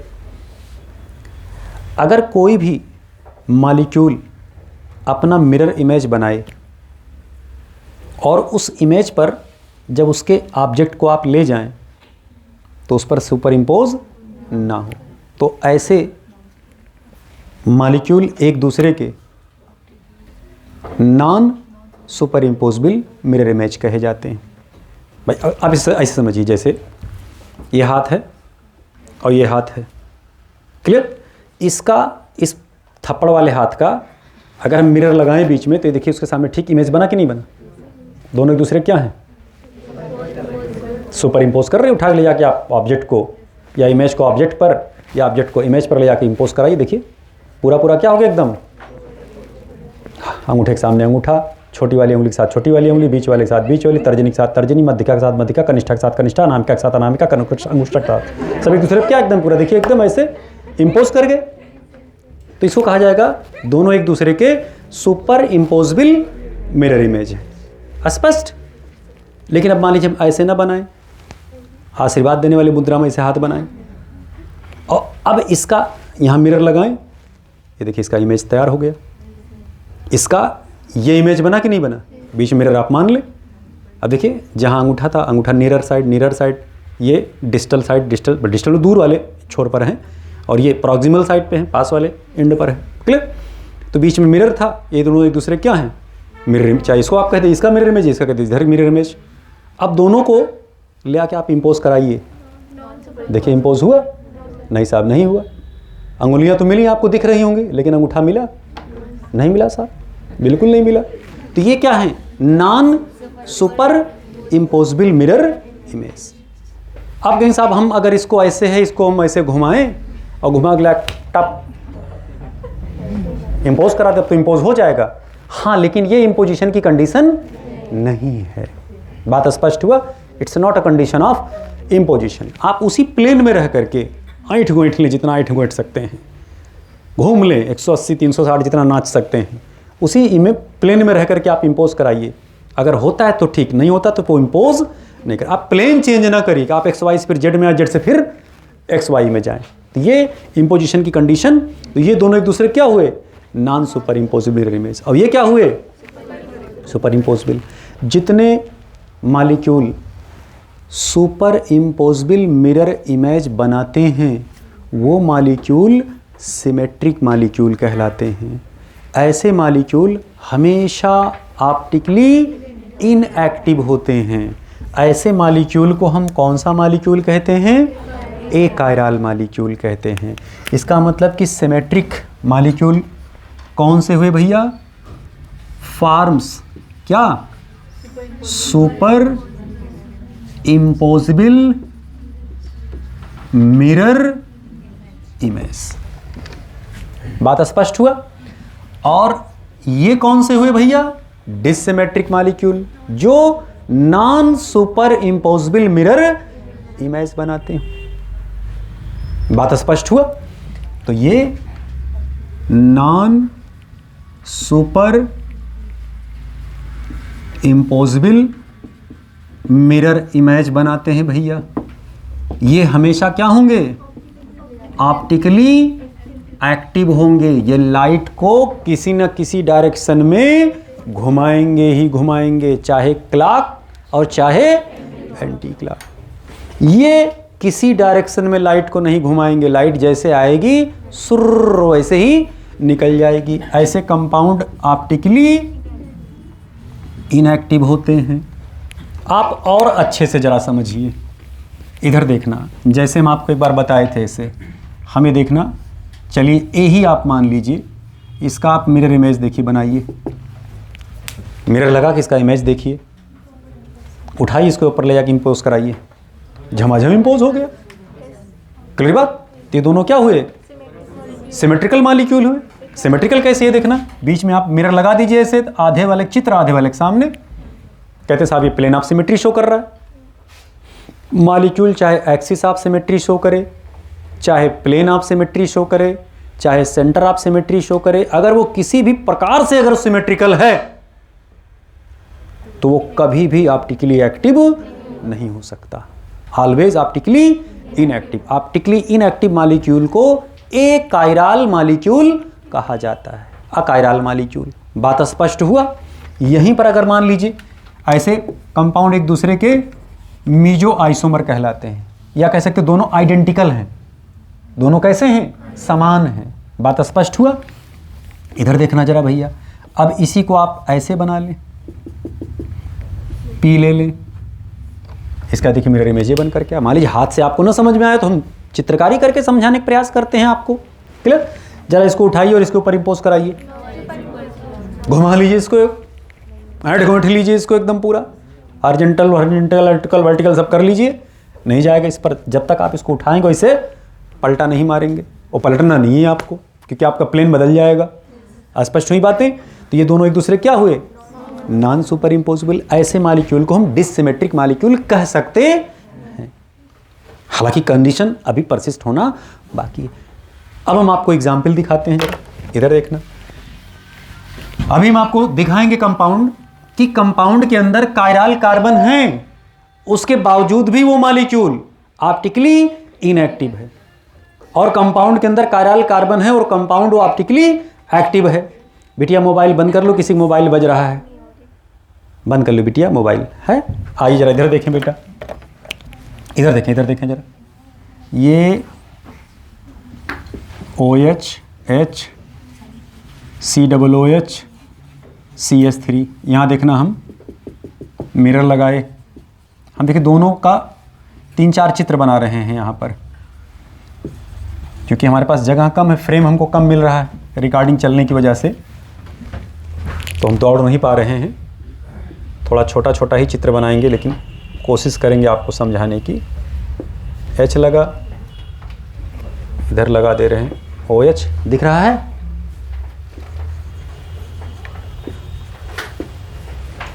इसका हम मिरर लगा दे रहे हैं यहाँ पर।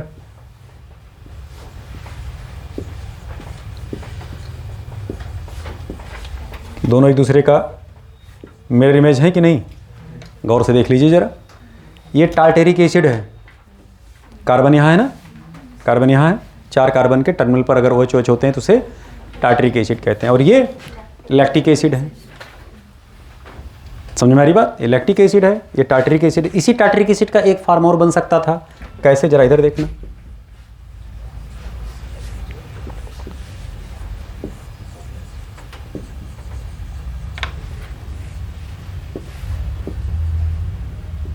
मिरर लगा दिए,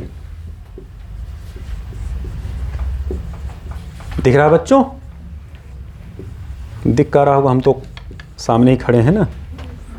ये देखिए फॉर्म बनकर क्या है इसका, क्लियर हुआ?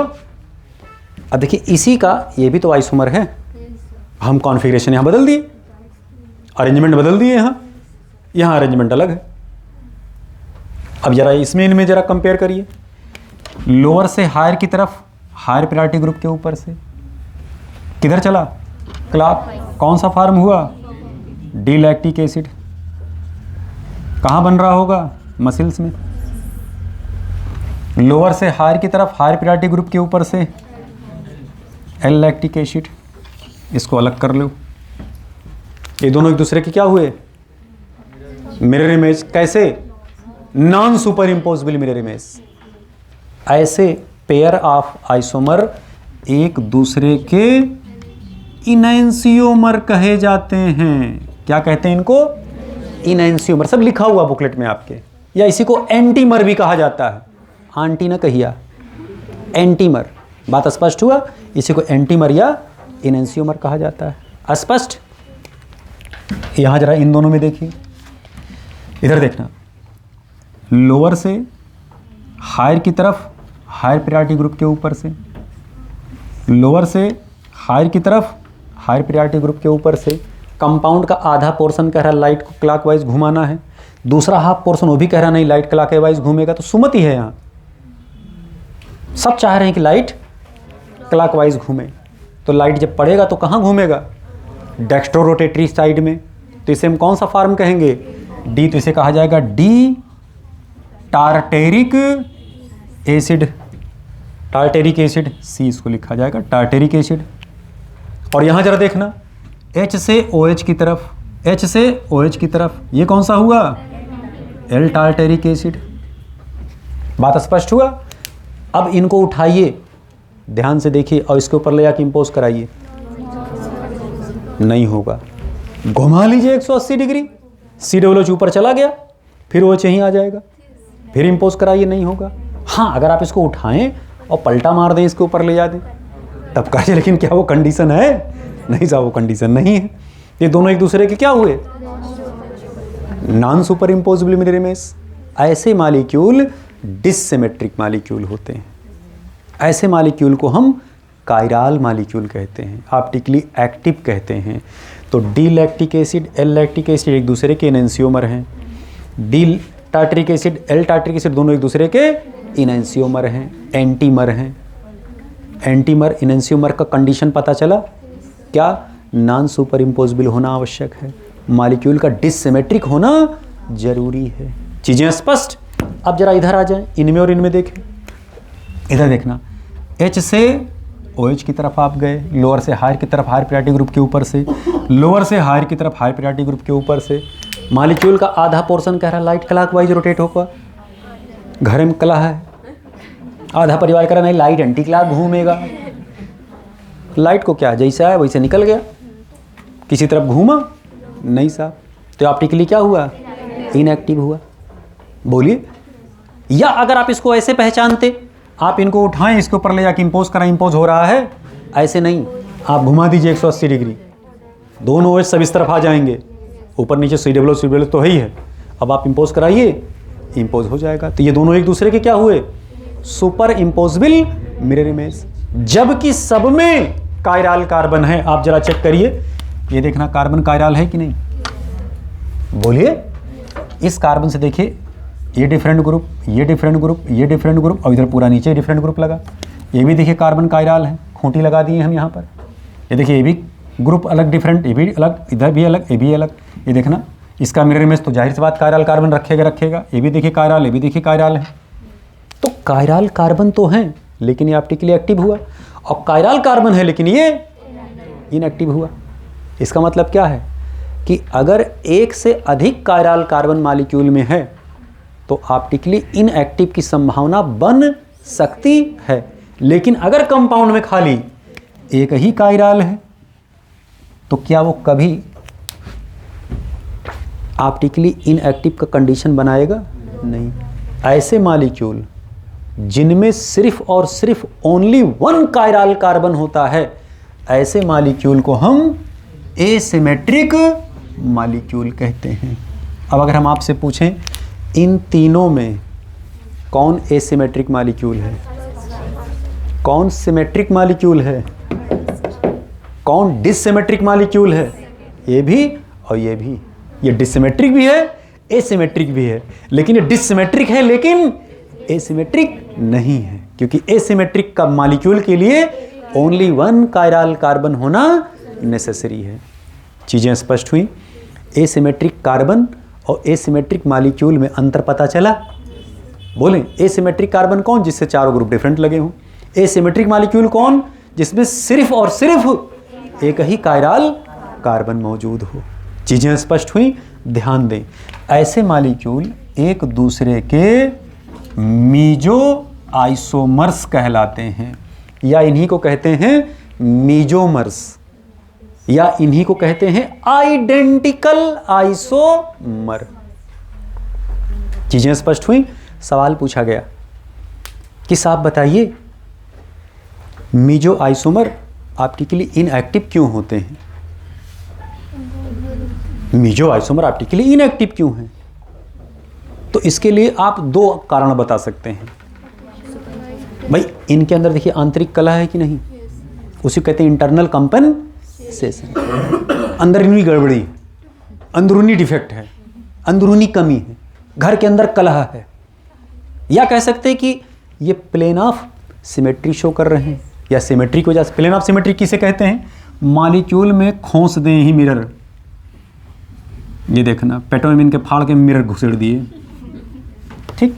जब बीचों बीच मिरर आप लगाएंगे तो हाफ ऑफ द पोर्शन दूसरे हाफ ऑफ पोर्शन का देखिए क्या ठीक इमेज है। एच के सामने एच, OH का मुंह देखिए यहाँ दिख रहा है, इनका मुंह देखिए यहाँ दिख रहा है। बोलिए, एक दूसरे को भी देख करके लोग मुंह देख लेते हैं दूसरे की आंखों में। अरे बड़ा खुश हो गया बच्चा, तुरंत खुश हो गया एकदम, अरे आँख पे देख के इमेज बन जाता है। नागिन उगिन को नहीं देखो बचपन में, पिक्चर उच्चर नहीं देखो उसमें कि नागिन जब मर जाती है तो कहते उसका मुंह पहले खून दो, या नागों अगर मर गया तो नागिन को लोग ढूंढने चले जाते हैं, नगिनियों को मारो नहीं तो यार कहीं ऐसा बाद में डसे, बदला लेगी अगले जन्म में आकर के। पुरानी मूवी भी उठा करके देखिए, पिक्चर उच्चर बनता था उसमें, तो इमेज बन जाता था बचपन, कहते उसकी आंख में जो मारता है उसका चित्र बन जाता है, और उसको खाली नागिन देख सकती है। अच्छा सर वो यही मारे थे, पाताल लोक से उसको ढूंढ निकालती थी।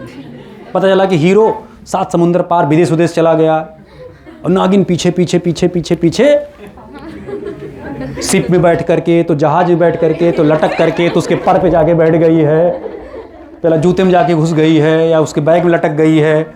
इस टाइप से वो भी सूंघते सूंघते पहुंच जाती थी। तो उसका घ्राण पिंड, श्वसन पिंड, सब जितने पिंड हैं सब उसके मजबूत होते थे। पता चला फिर वो इच्छाधारी नागिन थी, जब चाहे तब वो रूप धारण कर लेती थी, जिसका चाहे उसका रूप धारण कर लेती थी। है कि नहीं? पुरानी फिल्में सब इसी फंटासी में तो फुर्सत चलती थी ना पूरी, सब एकदम पूरा एकदम हम लोग एकदम मस्ती में चल। हाँ मम्मी बोलना नहीं एकदम काटने वाली डसने वाली है, डसा डसा डसा, तब तक पता चला हीरो पकड़ के उसकी मुंडी फेंक दिया, क्लाइमैक्स में तुरंत हीरो आ जाता था। ऐसे नहीं इस टाइप का होता था उसमें। तो यहाँ पर देखिए आप इसका मिरर इमेज दोनों एक दूसरे के दिख रहा है, तो इसको बोलते हैं, अगर आपसे कहा जाए मीजो आइसोमर्स ऑप्टिकली एक्टिव है कि इनएक्टिव, तो ये optically inactive due to plane of symmetry. दूसरे कह सकते हैं due to internal compensation. Internal compensation in the sense इस टाइप से, मान लीजिए घर में बाप कहे दीवार खड़ी होनी चाहिए, लौंडा लठ लेके आगे खड़ा होकर नहीं होगी दीवार खड़ी, करके दिखाओ, तो घर में दीवारें नहीं खड़े होने, बोलिए हो पाएगा वो काम पूरा हो पाएगा? नहीं, न्यूट्रल मामला, जाओ कुछ नहीं होना, ऐसे विकास जीरो है, समझ रहे बात? तो बस ऐसी वाली पिक्चर पूरी चल रही है। तो meso isomers optically inactive due to internal compensation, या कह सकते हैं due to plane of symmetry. बात क्लियर हुआ? और ये ऑप्टिकली एक्टिव होते हैं क्योंकि वो डिससिमेट्रिक हैं, क्योंकि non super imposable mirror image बनाते हैं। अब हम आपसे सवाल पूछने चल रहे हैं, जरा बताइएगा। अच्छा ये चीज़ तो क्लियर हो गया कि एसिमेट्रिक कार्बन कौन, ये क्लियर हो गया। एसिमेट्रिक मॉलिक्यूल कौन, जिसमें एक कायरल कार्बन, ये क्लियर हो गया। डिससिमेट्रिक मॉलिक्यूल कौन, जो non super imposable mirror image बनाते हो। मॉलिक्यूल क्लियर हो गया। सिमेट्रिक मॉलिक्यूल कौन, जो सुपर इम्पोजिबल मिरर इमेज बनाते हो, सिमेट्रिक हो। बीच से आप फाड़ दें, दो पार्ट में बांट दें, हम लोग भी सिमेट्रिक होते हैं। फाड़िए यहाँ से ऐसे, एक हाथ इधर का दूसरा हाथ, एक आंख का दूसरा आंख के सामने, है कि नहीं? हाँ, अबे नाक तो उसी पर से लाइन जाएगा, नाक बोल रहे हैं, नाक तो सारा खेल है। नाक बचाने के लिए बाप का यहाँ आया तैयारी करने के लिए, नाक की बात करता है। तो इनको नाक की चिंता पहले लगी हुई है, नाक किधर जाएगा इनका, और बहुत सारे अंग हैं बेटा शरीर में, डब्बा लगाते हैं। ये चीज़ क्लियर हुआ, ये चीज़ स्पष्ट हुआ, ये चीज़ क्लियर हुआ। आइए जरा आगे आइए, देखिए अब जरा हम सवाल आपसे पूछने चल रहे हैं, वो ऊपर के मिटा दें अब देखिए। हाँ न, अब भैया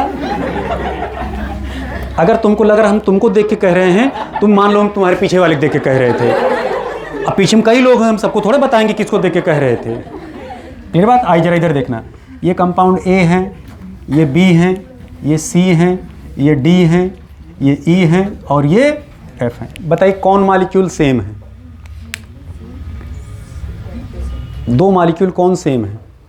कौन दो मॉलिक्यूल आइडेंटिकल है? ई। अब देखो आइडेंटिकल बोले तुरंत हाँ ई एंड एफ, हम कह रहे कौन मॉलिक्यूल सेम, सेम ही नहीं दिख रहा उसमें। भैया ये मॉलिक्यूल दोनों क्या हैं? सेम है। ई एंड एफ क्या हैं? आइडेंटिकल हैं। इनका कंपैरिजन चाहे इससे करो, इन दोनों में से कोई भी से आप इससे कंपेयर कर सकते हैं, कर सकते हैं ना।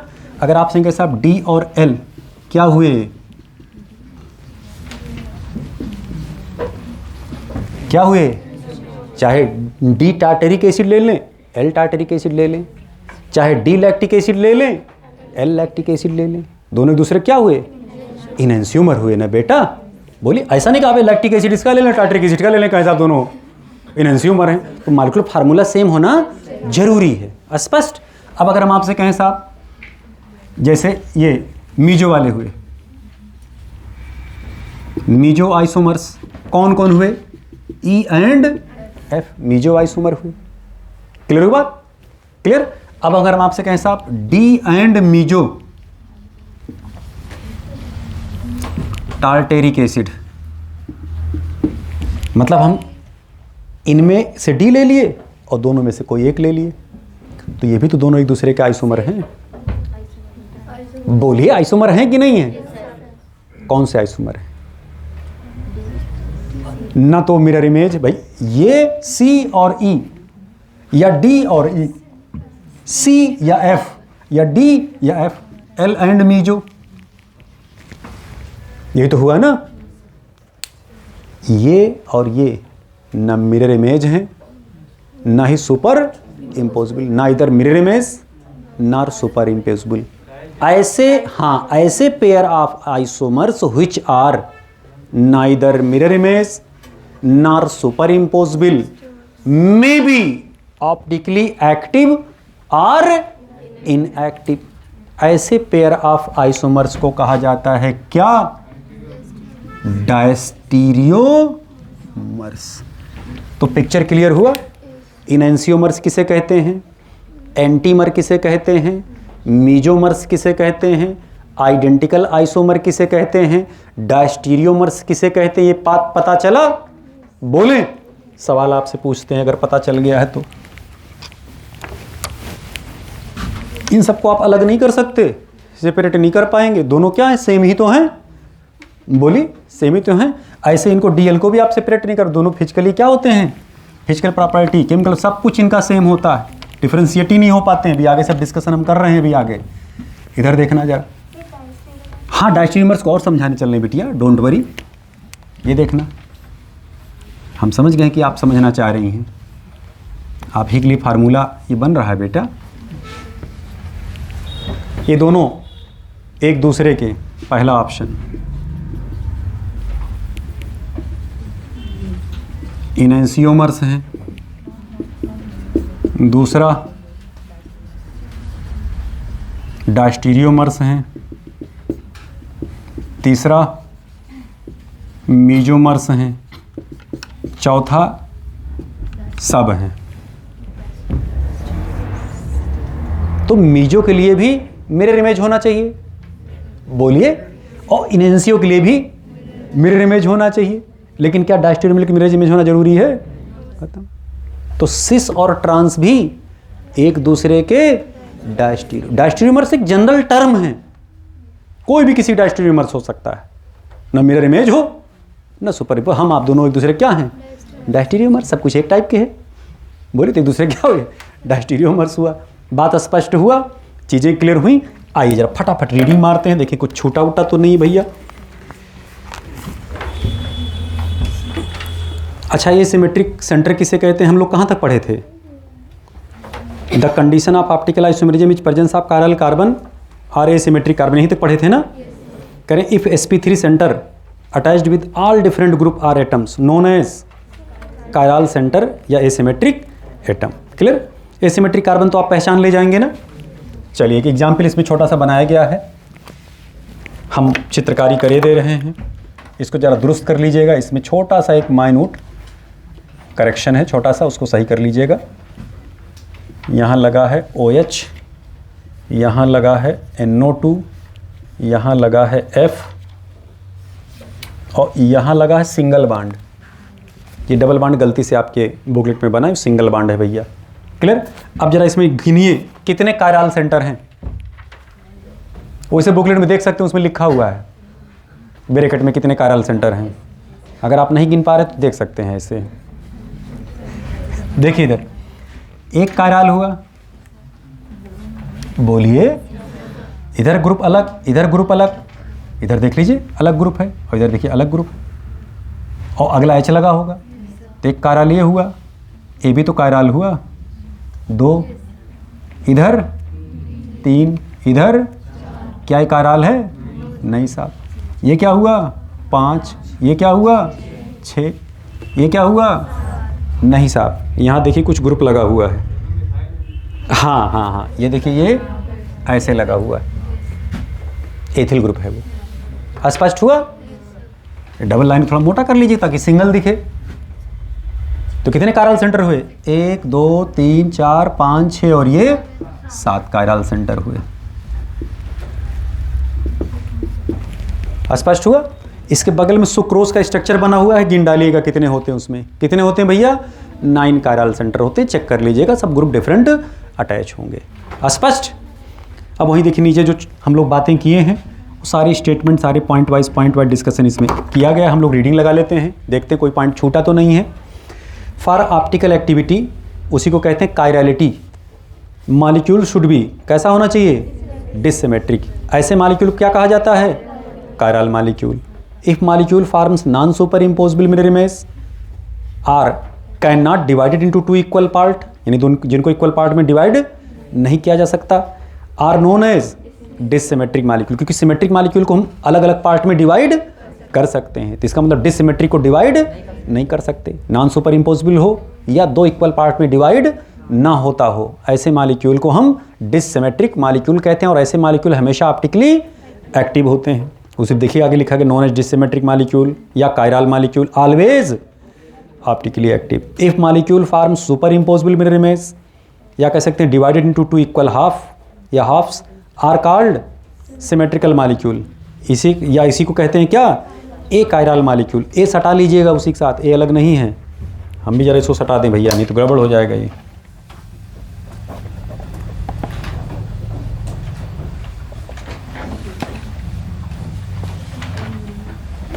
ए chiral molecule, clear.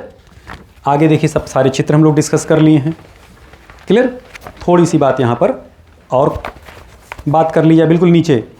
D lactic acid are synthesised in muscles, L lactic acid synthesised in bacterial fermentation.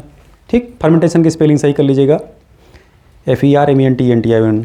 Pair of isomers, उसके नीचे लिखा गया pair of isomers which are non super imposable mirror image but optically active known as enantiomer या antimer कहा जाता है।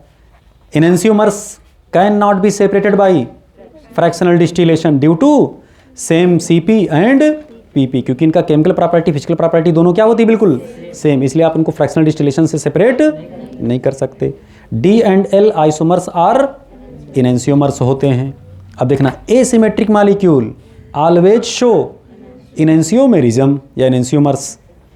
ठीक, minimum 7 carbon is required to show enantiomers in alkane. इसको जरा समझ लीजिए, ये देखना 1 2 3 4 5 6 7, क्या एनेंशियोमेरिज्म शो कर रहा है, नहीं साहब। उठा लीजिए यहाँ से, C लगाइए, ये लगा दीजिए, ठीक है। अब जरा पकड़िए, ये देखिए कार्बन कैसा हो गया, कायरल। इधर देखिए क्या लग गया, एथिल। इधर क्या लग गया, प्रोपिल। इधर क्या लगा, इधर क्या लगा, इथाइल। तो क्या ये शो कर रहा है, नहीं साहब। यहाँ पर आप क्या लगा दीजिए, H लगा दीजिए, आप शो कर रहा है। गिनिए, 1 2 3 4 5 6 7 8 कार्बन हो जा रहा है।